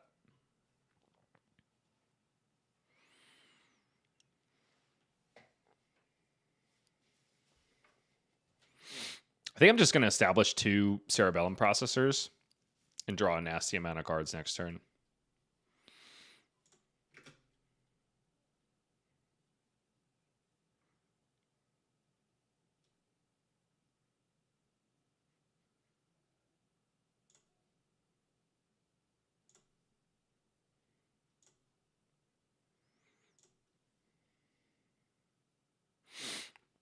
That's sick.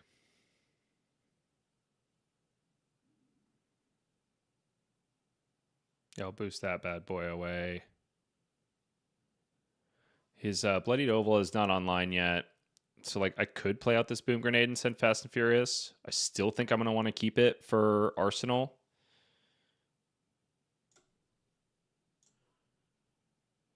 Another Fast and Furious.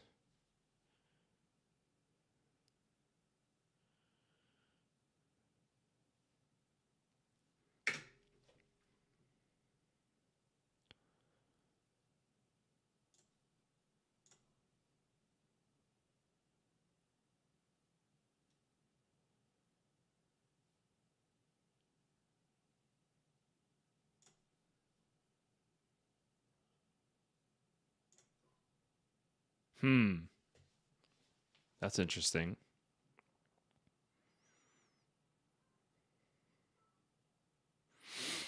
That's interesting.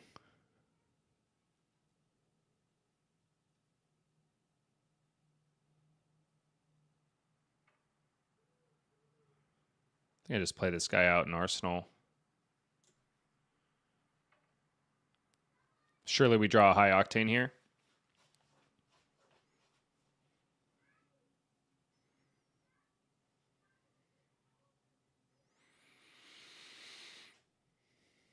Maybe I'm going too hard on cerebellum processors.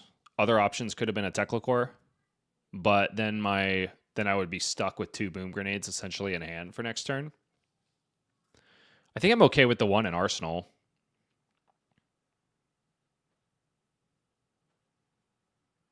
Homie has an instant? No.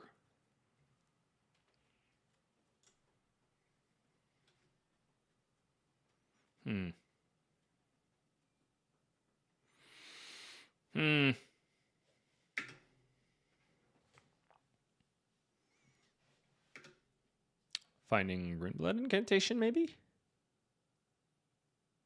Or we didn't. Cost of 6. Rainbow Barrier, of course.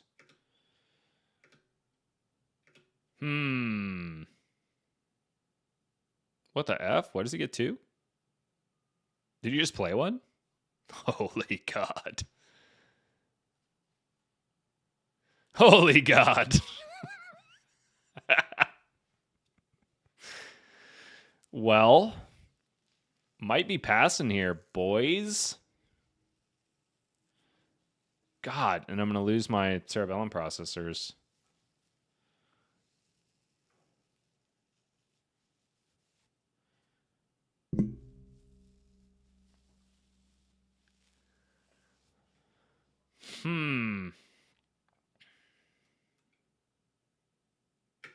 Wow, that is a sticky wicket.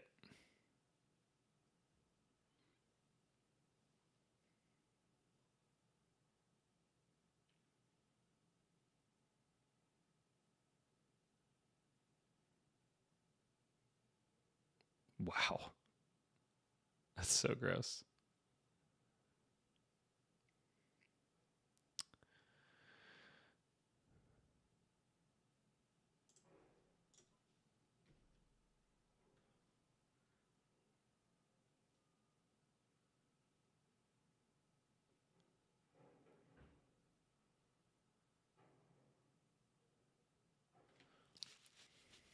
I think I say no.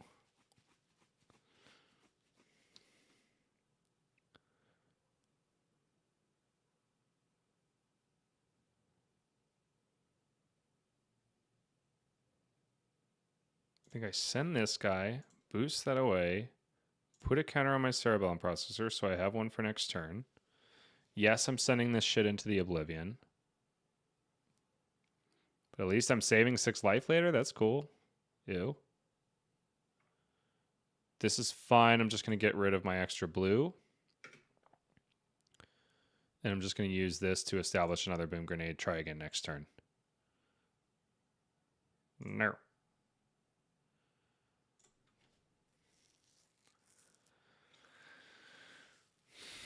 Surely he didn't draw another Sonata Galaxia.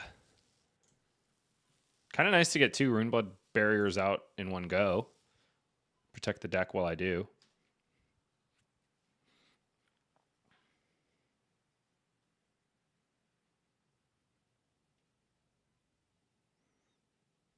He's going now. Wow.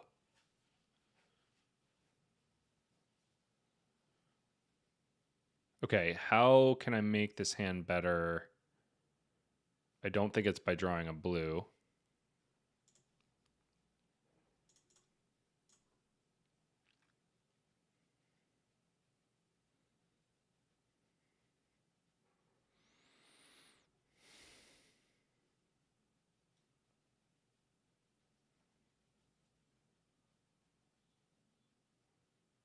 Right?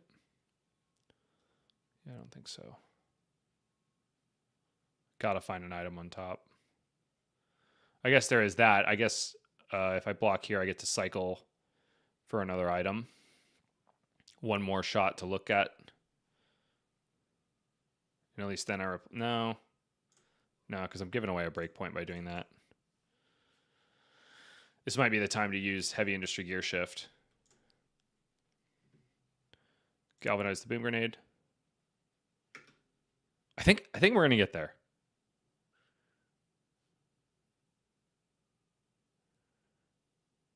I think we're gonna get there. So let's start.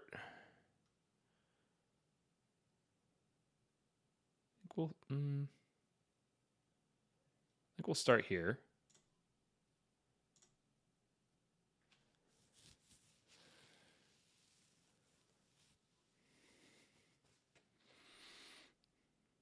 No way. There's a reaction here coming for sure.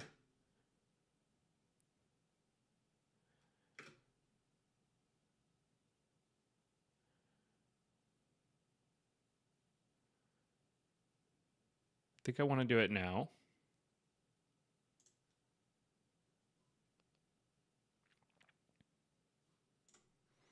Unlucky. Ugh, draw a T-bone, huh?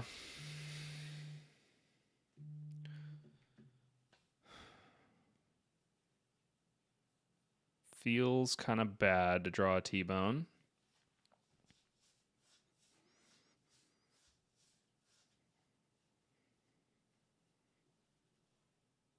I don't have enough resources to get through this if I want to play all of these cards. I just really don't want to draw that. I think I want to draw a 0 cost or even another 1 cost to use with the zipper hit. So let's go Fender Bender first. Let's boost. Tickle Pounder is no good here.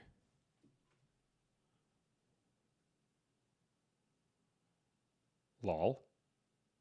You do not want to block that with equipment, my brother.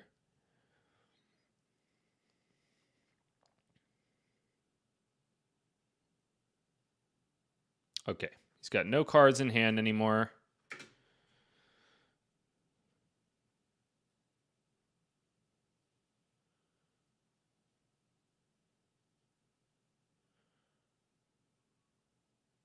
Huh. No. I was thinking I could draw this Teclo Pounder, boost the Pulse Wave, and then still get there, but he's got enough block on his equipment to take care of the Pulse Wave.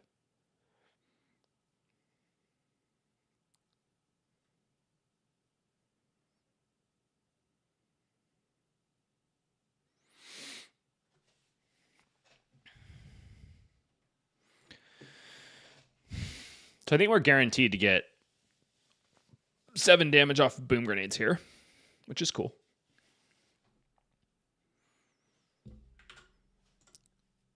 Refreshing.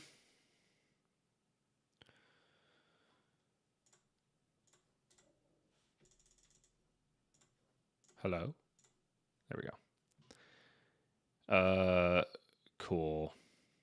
It feels really bad to use Cerebellum Processor on this Teclo Pounder, but I think I am forced to.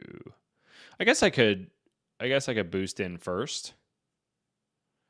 See if I can at least get something better.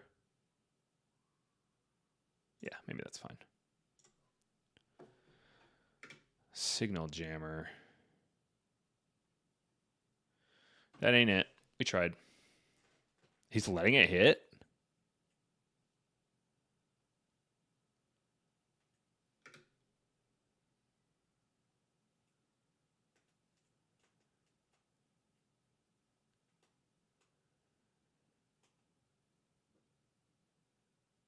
Cool.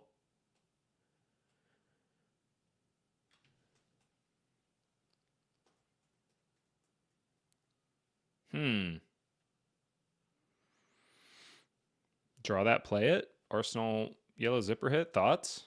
Still haven't even had a high octane turn. Oh, we're having an high octane turn next turn. Cool. And we got a blue. How about that? Yeah. Oh, if I had max V's in this deck. Oh. That affects me too? Damn it. Lame. This sucks. I'm really resource deficient.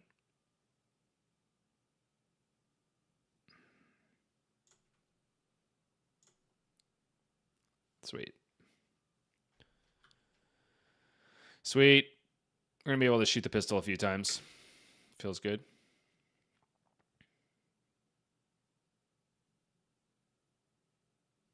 Oh, I can't play it because of Signal Jammer. Oh, God. Signal Jammer, I don't know.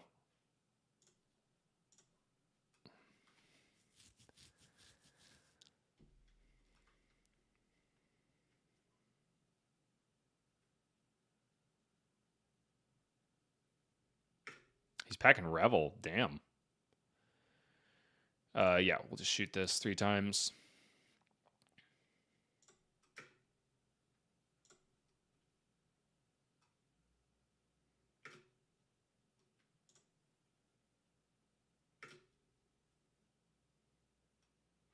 We're going to arsenal the outpace here just in case he's got something like a CNC.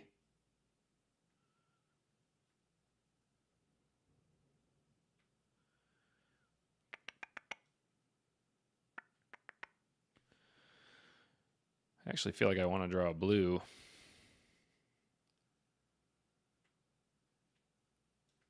But I guess I get to draw into Fender Bender, which is hype.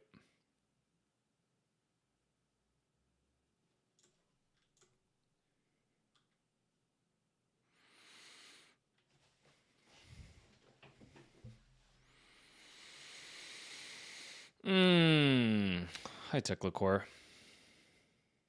Awkward timing. Very awkward timing. What? There's no way, dude. What was he at? He was just frustrated because it was taking so long. Sorry.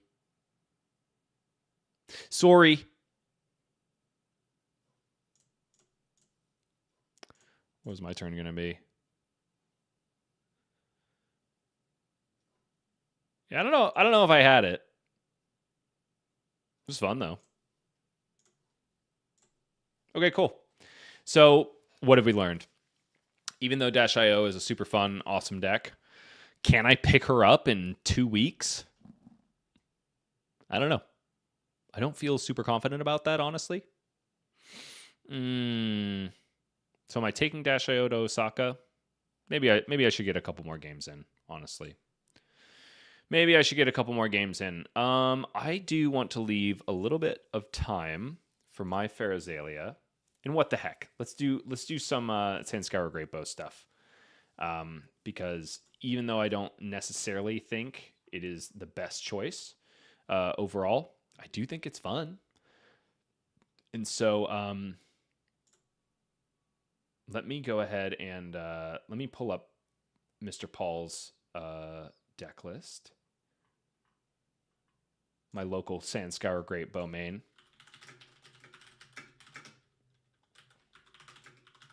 Telling him that I'm playing it on stream right now, too. Oops. Let's actually move you to this tab. Thank you. All right. So here is Captain P. Salty's Sandscour value deck. I hope he doesn't mind that I'm showing it off to y'all here. This includes adjustments that have been made after, gosh, I am blanking on his name. The guy who took this to a calling top 8 made his most recent video about updates to the deck. Shout out to him for doing that, because he's kind of the reason that this iteration of Azelia exists at all. The main objective of this deck, rather than the Death Dealer list, as opposed to the Death Dealer list, is to find some way to get a dominated arrow with a really detrimental on hit every single turn. You have to take a significant amount of damage in order to get this online, because you have to set up your engine by getting 5 6-card hands going.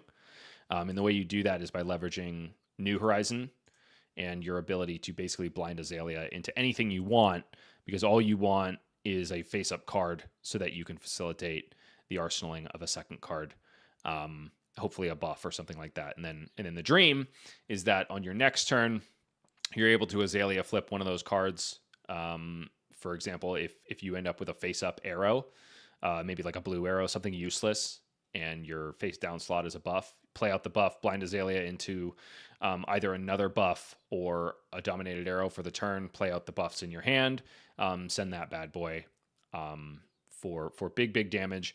and also big on hits. One of the coolest things about this list is that it gets to run Deadeye, which is such a fun card to play with.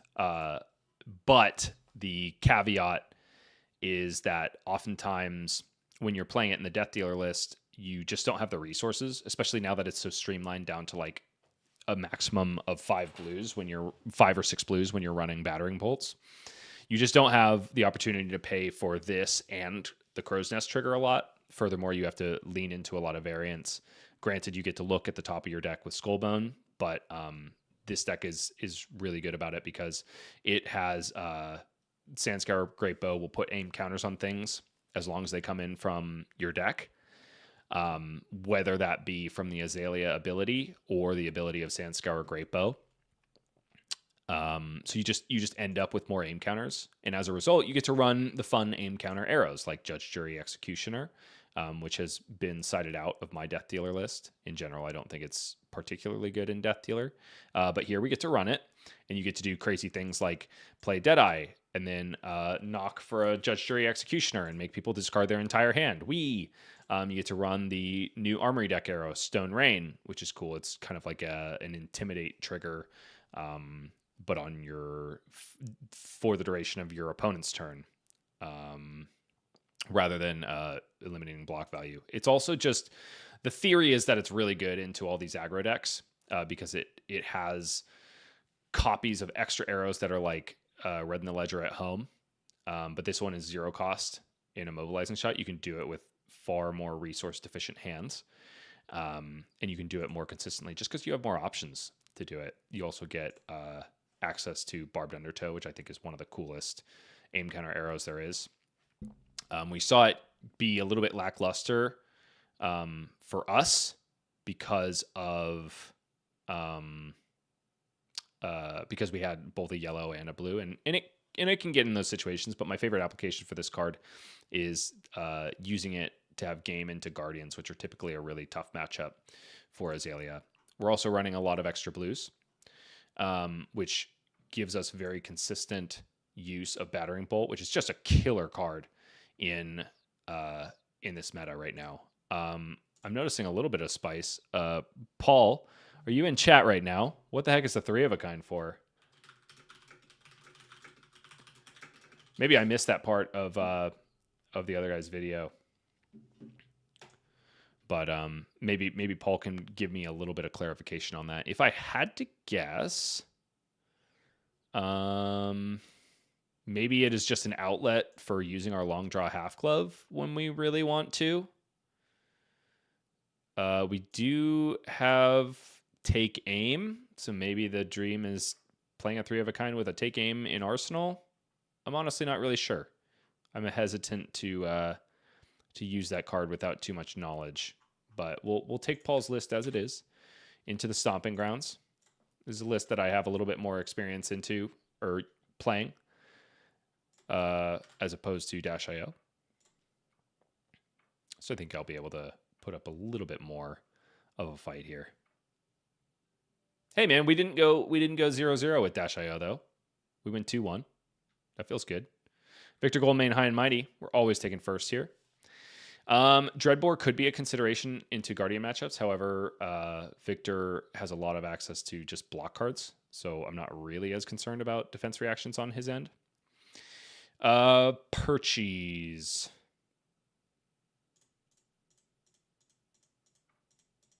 I feel like I want Snappies here. I feel like I want Long Draw Half Glove because I think the reality of Warmonger's diplomacy is very real. Remorseless for D-Reacts in Arsenal. Immobilizing Shot is weh. Battering Bolt is honestly kind of meh, but it's a big arrow. Me like Barbed Undertow is huge. Drill Shot is huge. I might go for some extra cards here. Codex of Blood Rot. Oscar42 wants to chat. What's up, Oscar?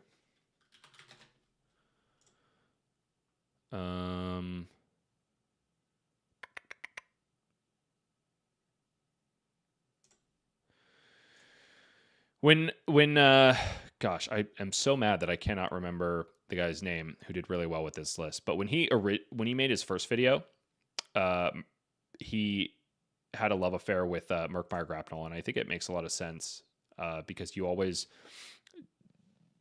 have access to aim counters. It's always nice when you're using a Knock the Death Whistle to have all of the options open to you possible, right? So if you're floating 0, and you're forced to get a 0 cost arrow, it's nice to be able to get one that comes in for 5 when you need it to. Let's see here. Less than stellar opening hand for us, but we still have the opportunity to set up a 6-card hand, which is what we want to be doing. I don't think Read the Glide Path helps us too much here, so I'm going to pitch that away. What do you know? We're going to be doing a Read the Glide Path next turn. And then we'll just, we'll arsenal a buff that we really want to play. We'll arsenal the Seek and Destroy here. So Stone Rain doesn't have the aim counter on it, so this is likely fodder for the Blind Azelia at the start of the turn. And that's a-okay. Paul Selensky, the man of the hour, is in chat. We're playing Paul Selensky's deck right now. Paul says, yo, trying it out, but Zane recommended it. Turns on long draw, lets you value block and crackback with a 1/0 card hand. Swapped it in after swapping to perch long draw and dropped Codex of Inertia for 3 oak. Interesting. I'm into it. Do I care about -1?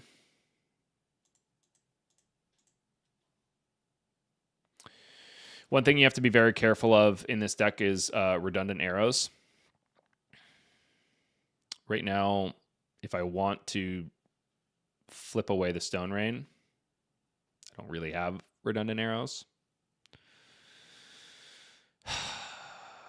I get a good number of chances to find arrows, and I'm very buff rich, so I feel confident that that's going to happen. So the question is, can I afford to save 3 life here?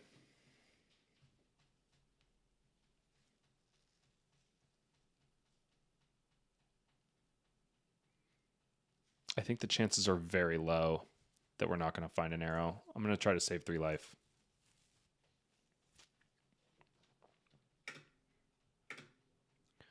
Putting the -1 probably on the half glove, which is why we didn't block with it. We want to still have an opportunity to block with Tunic late in the game.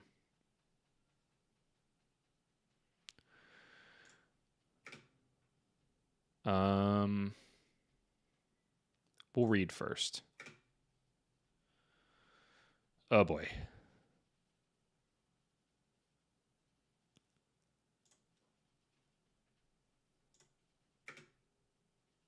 Okay.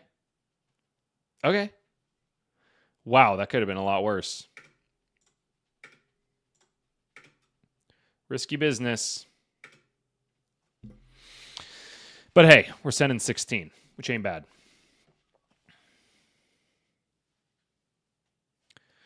Granted, this is a Victor with full armor, so he could very easily block this out if he wants to. 2, 4, 6, 8, 10 just in his equipment right now. I don't mind having a quickie token, though.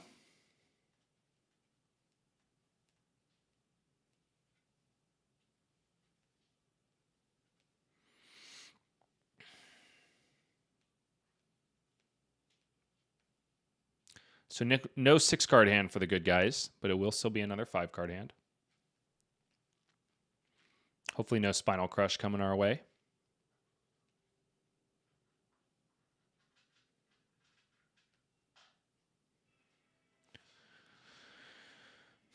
Spinal Crush devoted to the block.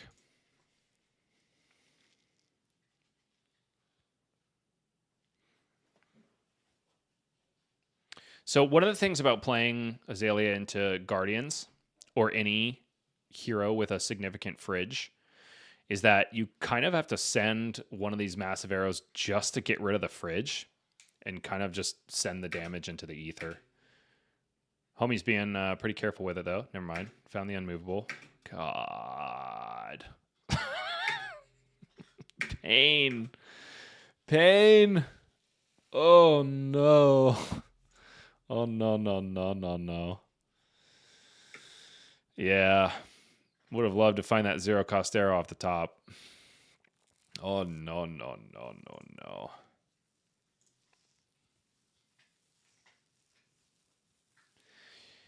We can send the battering bolt here.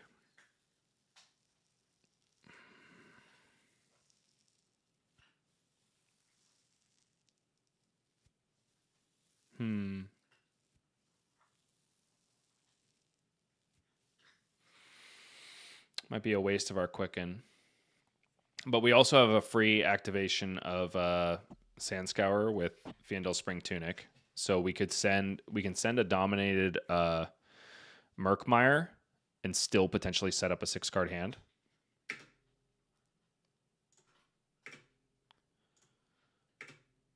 Getting our opponent off Arsenal is pretty sweet.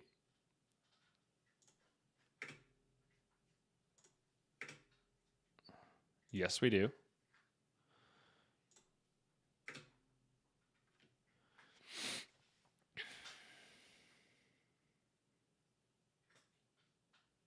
So it sucks sacking the Quicken token here, but it's probably worth it to set up a 6-card hand again. Cool thing about this deck is you're happy arsenaling anything because you are so motivated to blind Azelia flip. The downside here, however, is that I'm arsenaling an arrow face down, which means that I'm kind of forced into blind Azaliaing that away, and I don't love the face up card that I have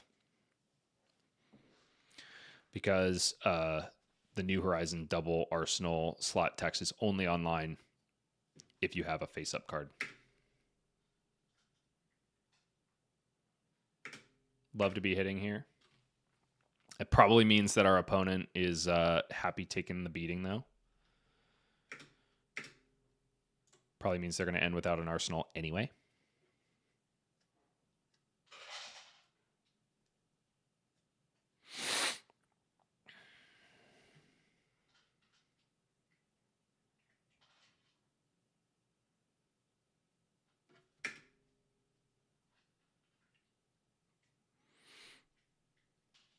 Yeah, Victor's just tough for Azelia in general. This is not bad for us, though.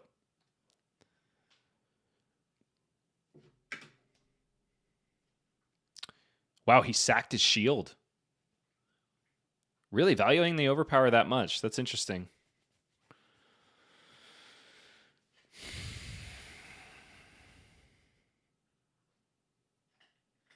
Red in the Ledger is a really lame card against Victor, but it is our only arrow in hand.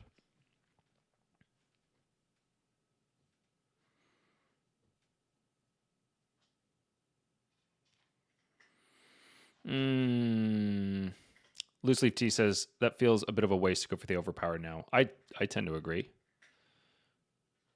I think I can get away with blocking with this red in the ledger.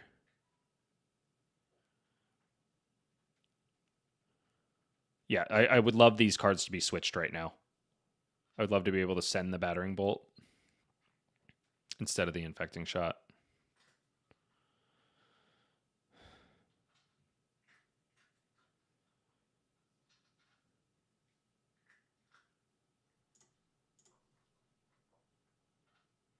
Oscar wants to chat. Probably tell me I'm slow playing. I'm a slow player. It is what it is.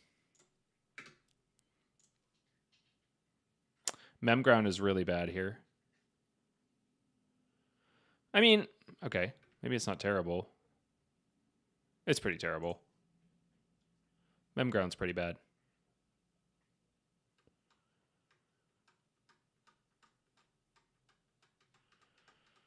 I could force my opponent out of a blocking card. Yeah, I think that ends up being the call. Okay, so here's what we do. We go Memground, find the Murkmire again. We'll force Homie into putting a card there. We'll give him a Blood Rot. Austin says next Ranger hero lets you swap Arsenal in hand. My uncle works at LSS.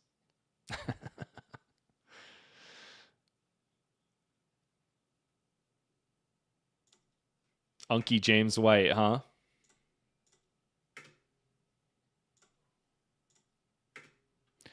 All right, we're keeping our 6-card hand, which is cool. No dominate here. Unfortunate to see 2 premeditates being donated to this when we already have a ponder token. But alas, them's the breaks.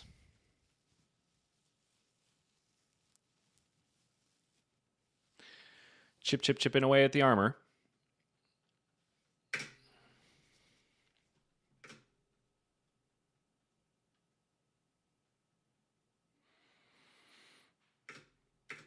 A lot of the times I find there's merit to taking red in the ledger out against Guardians.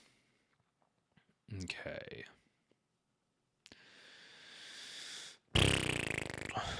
So unfortunately, Barbed Undertow is pretty bad when it's in your hand.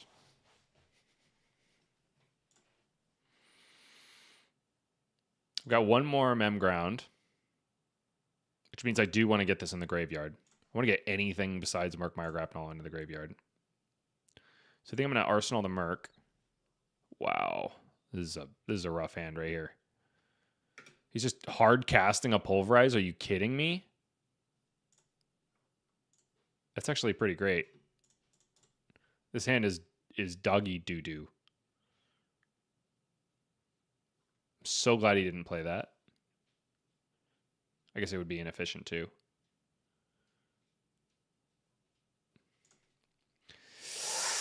Playing this Codex is rough because homie's got a Spinal Crush in there. Wait a minute. Oh yeah, Pulverize this text.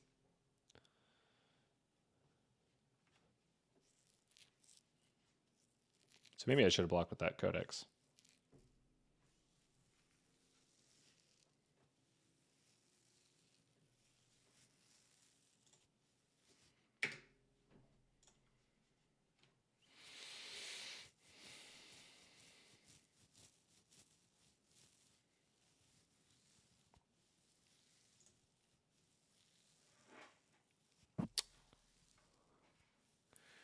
I could set 3 with an on-hit. I guess it's better than nothing.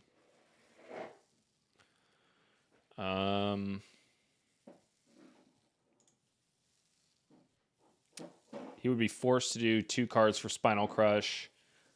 He would probably block with 1 on the Drill Shot. He's probably fine with that. But then I get to 2-card block it. I think it's better than doing nothing.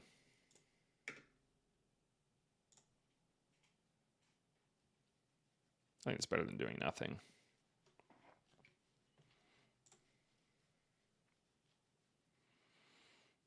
Spinal Crush has got to be the choice here.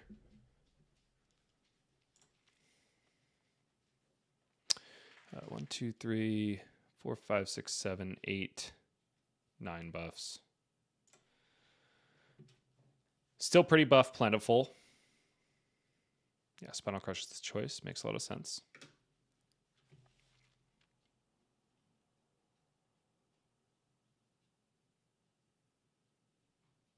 Makes a lot of sense. Okay.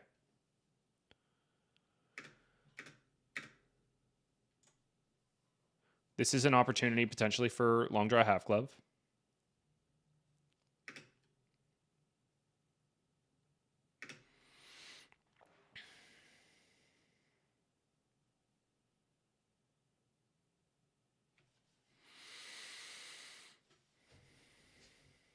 I could just block 5 here. Send a big old Battering Bolt. Actually, I kind of want to send a big old Heat Seeker. Continue 5-card hand pressure.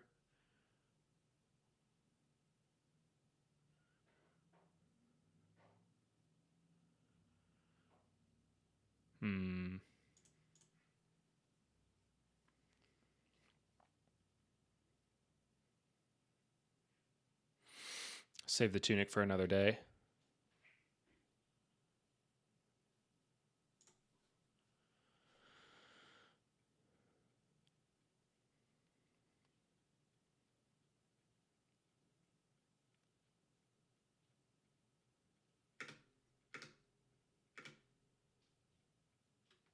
If he lets this hit, I can also just send the infecting shot. Maybe I send the infecting shot first, honestly.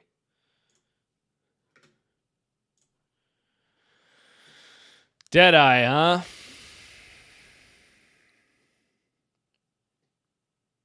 Deadeye. Well, there's always going to be a pitch card.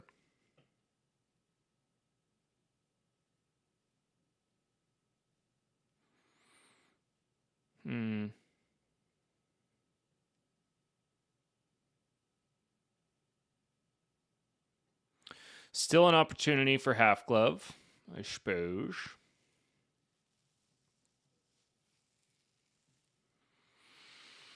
Seven with a nasty on hit is pretty cool.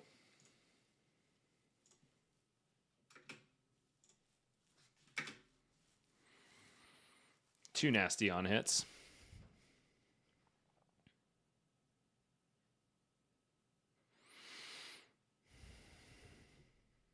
Really?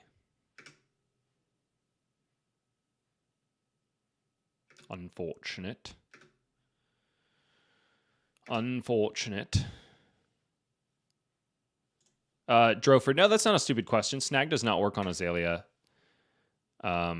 It would work on like the for example, great case in point, the +1 that Murkmire gets from having an aim counter.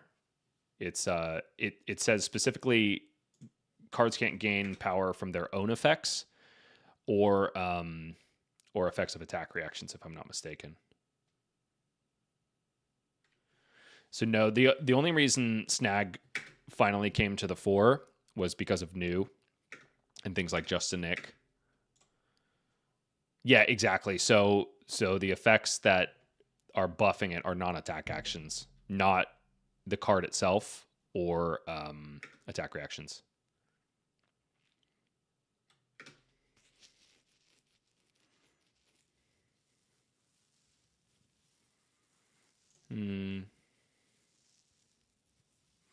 So Spinal Crush, lame. We can potentially still send a Dominated Arrow here.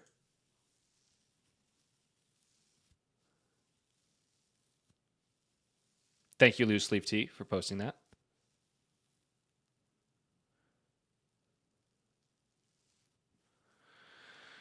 Have to give 2 card block here.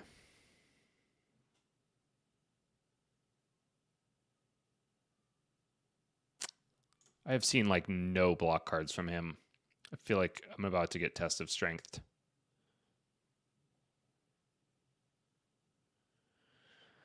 So can't gain go again. I could also go long draw half glove here.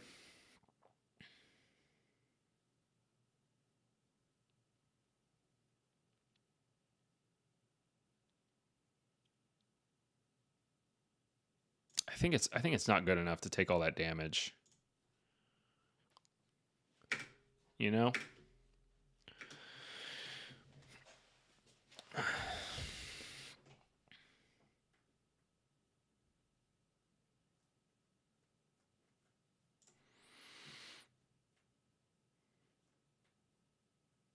Oh, he's got 3 block on armor. It's not worth sending the... Okay, so all we're doing is release attention. Send Heatseeker, unfortunately. We would have loved to be able to activate the Great Bow first. Wow. Hello, Test of Strength. Hello, Gold Token. Nice of him to let us get the hit, though. Never mind. Our opponent's finding his defensive pieces when he needs them. Hopefully he found too many and next turn won't be crazy. He did find a blue Buckling Blow, I think, off of that, though. No, or Macho Grande. Luckily, we're not in Macho Grande range. That feels good.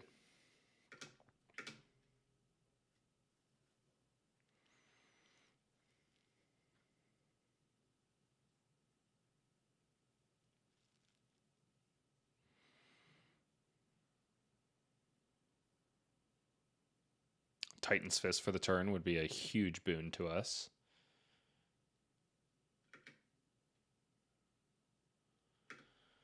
Wowee, that's great. Okay, so we might have to take a bit of a risk here.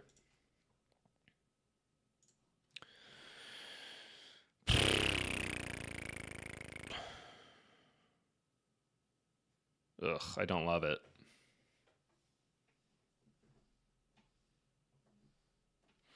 Pitch the Deadeye to Sandscour to take a look. Really got to find an arrow there. I don't know. Then I hate the fact that I'm holding onto a Bolton shot.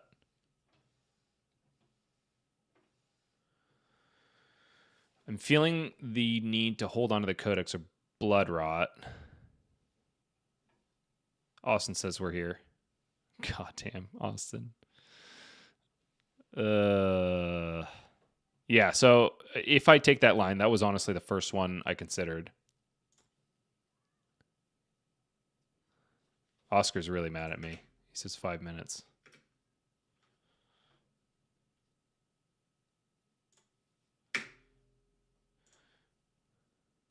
It is funny to me when Guardian players tell you playing too slow. No offense to wait, hold on. No offense to Guardian players out there. Austin was right. We're him. Wait a minute. Which one was it? Was it this one? That is dominate? Yes. No D-Reacts from Arsenal now. Sucker.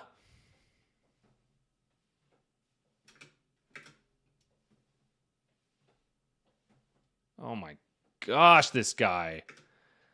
This guy in the unmovables. My God. My God. Another lackluster hand.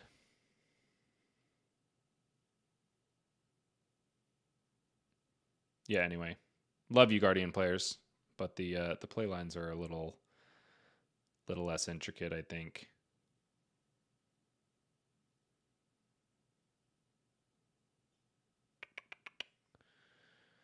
Got tuning counter there. Am I arsenaling the freaking Codex?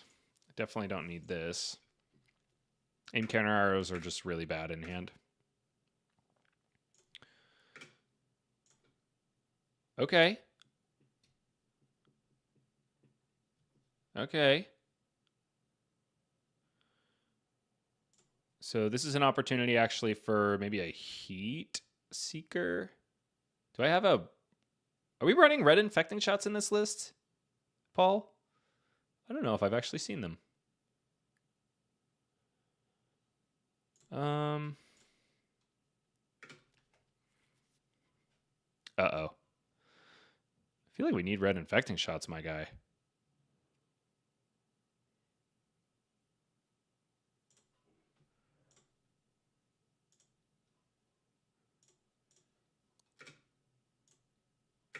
Oops.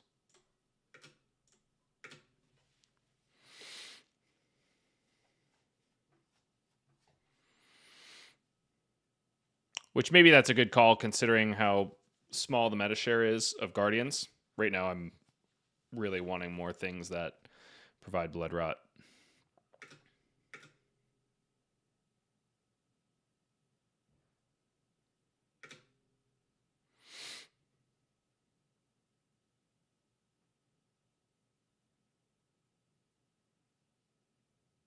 Paul says, yeah, Victor's kind of cursed. And you know, sometimes you just got to curse a matchup. And that's all good. That's all good.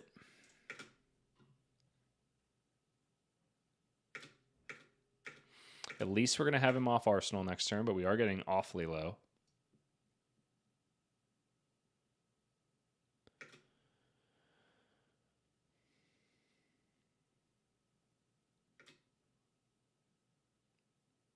Buy gold tokens.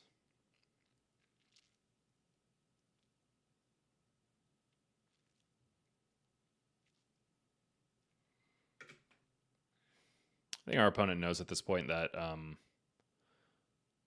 can kind of just pussyfoot around.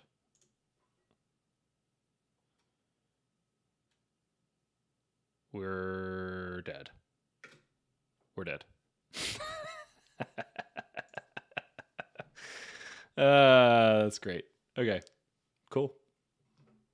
Well, feels bad to lose and on a loss, but sometimes them's the breaks. Have we gotten closer to deciding what the heck I'm going to take to Osaka? I think we've eliminated Sandscour Great Bow Azelia. Not that I was high on that anyway. Sorry, Paul. It was fun, though. Do we think it's Dash.io?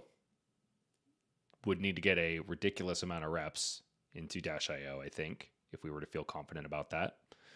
So far, I'm leaning highest to Viscerai, just because of the reality of my testing situation, the lack of time that I have, and the overall comfort that I have on the deck.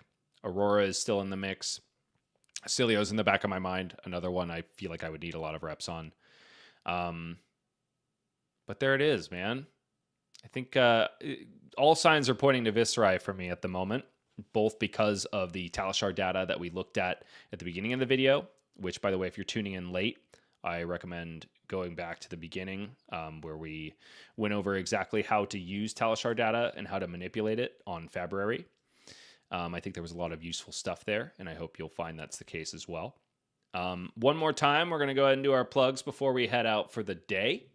Join our Discord. That's discord.age.events. There you can talk to all of the players that you see on your screens throughout the year at the AGE Open Series. Check out all of our Arcane Games and Events Pro Team streams. We got myself and a whole host of other characters, including Jonah Overhaul and Joshua Rath, who you see on your screen there. And we're adding to our roster every day. Be sure to catch Anti-Meta Anthony next Tuesday at 8 p.m. He's going to be going over all the bottom feeding decks in the ProQuest London scene, checking out what their alternative game plans are into the bigger decks in the meta. We've also been very busy here at Arcane Games and Events, generating content that isn't just your average stream or your average deck tech. We've got a fantastic interview with Brian Gottlieb, conducted by myself, that I really enjoyed putting together, and I hope you'll enjoy too. So far, feedback has been amazing on it. If there was anything you liked that I talked about in there, I would love to see it in the YouTube comments. If there's anything you hated that I talked about there, I would also love to see that. My DMs on Discord are always open as well to members of the public. I want to know if I'm doing well. I think I'm trying to find a cool new angle in these things that hasn't been explored in the Flesh and Blood space. So your help in doing so would be very beneficial to me, and I hope the broader community. We got another video coming your way. This is a deck tech with Players Champion Top 8 contender Colin Erickson, the Lizan Al-Gaib of the Kasai community, who took Kasai into a room full of enigmas at the Players Championship and was able to defeat half of them. That is the best enigma players in Southern California, I should mention. And he came out with not such a bad run. He's got a deck tech coming out just after I am done here streaming, so be sure to check that out. I think that's a great conversation with Colin. And with that, it's been an excellent Friday morning with you all. I hope you have a magnificent weekend, and I hope that this was a good start to it. And it definitely was for me. So thank you all for being here. Thanks for hanging out. And I will see you all in Osaka. And if I don't, I hope you spike some PQs and have some great times in the world of Wraith. Have an excellent day, everybody, and I will see you next time.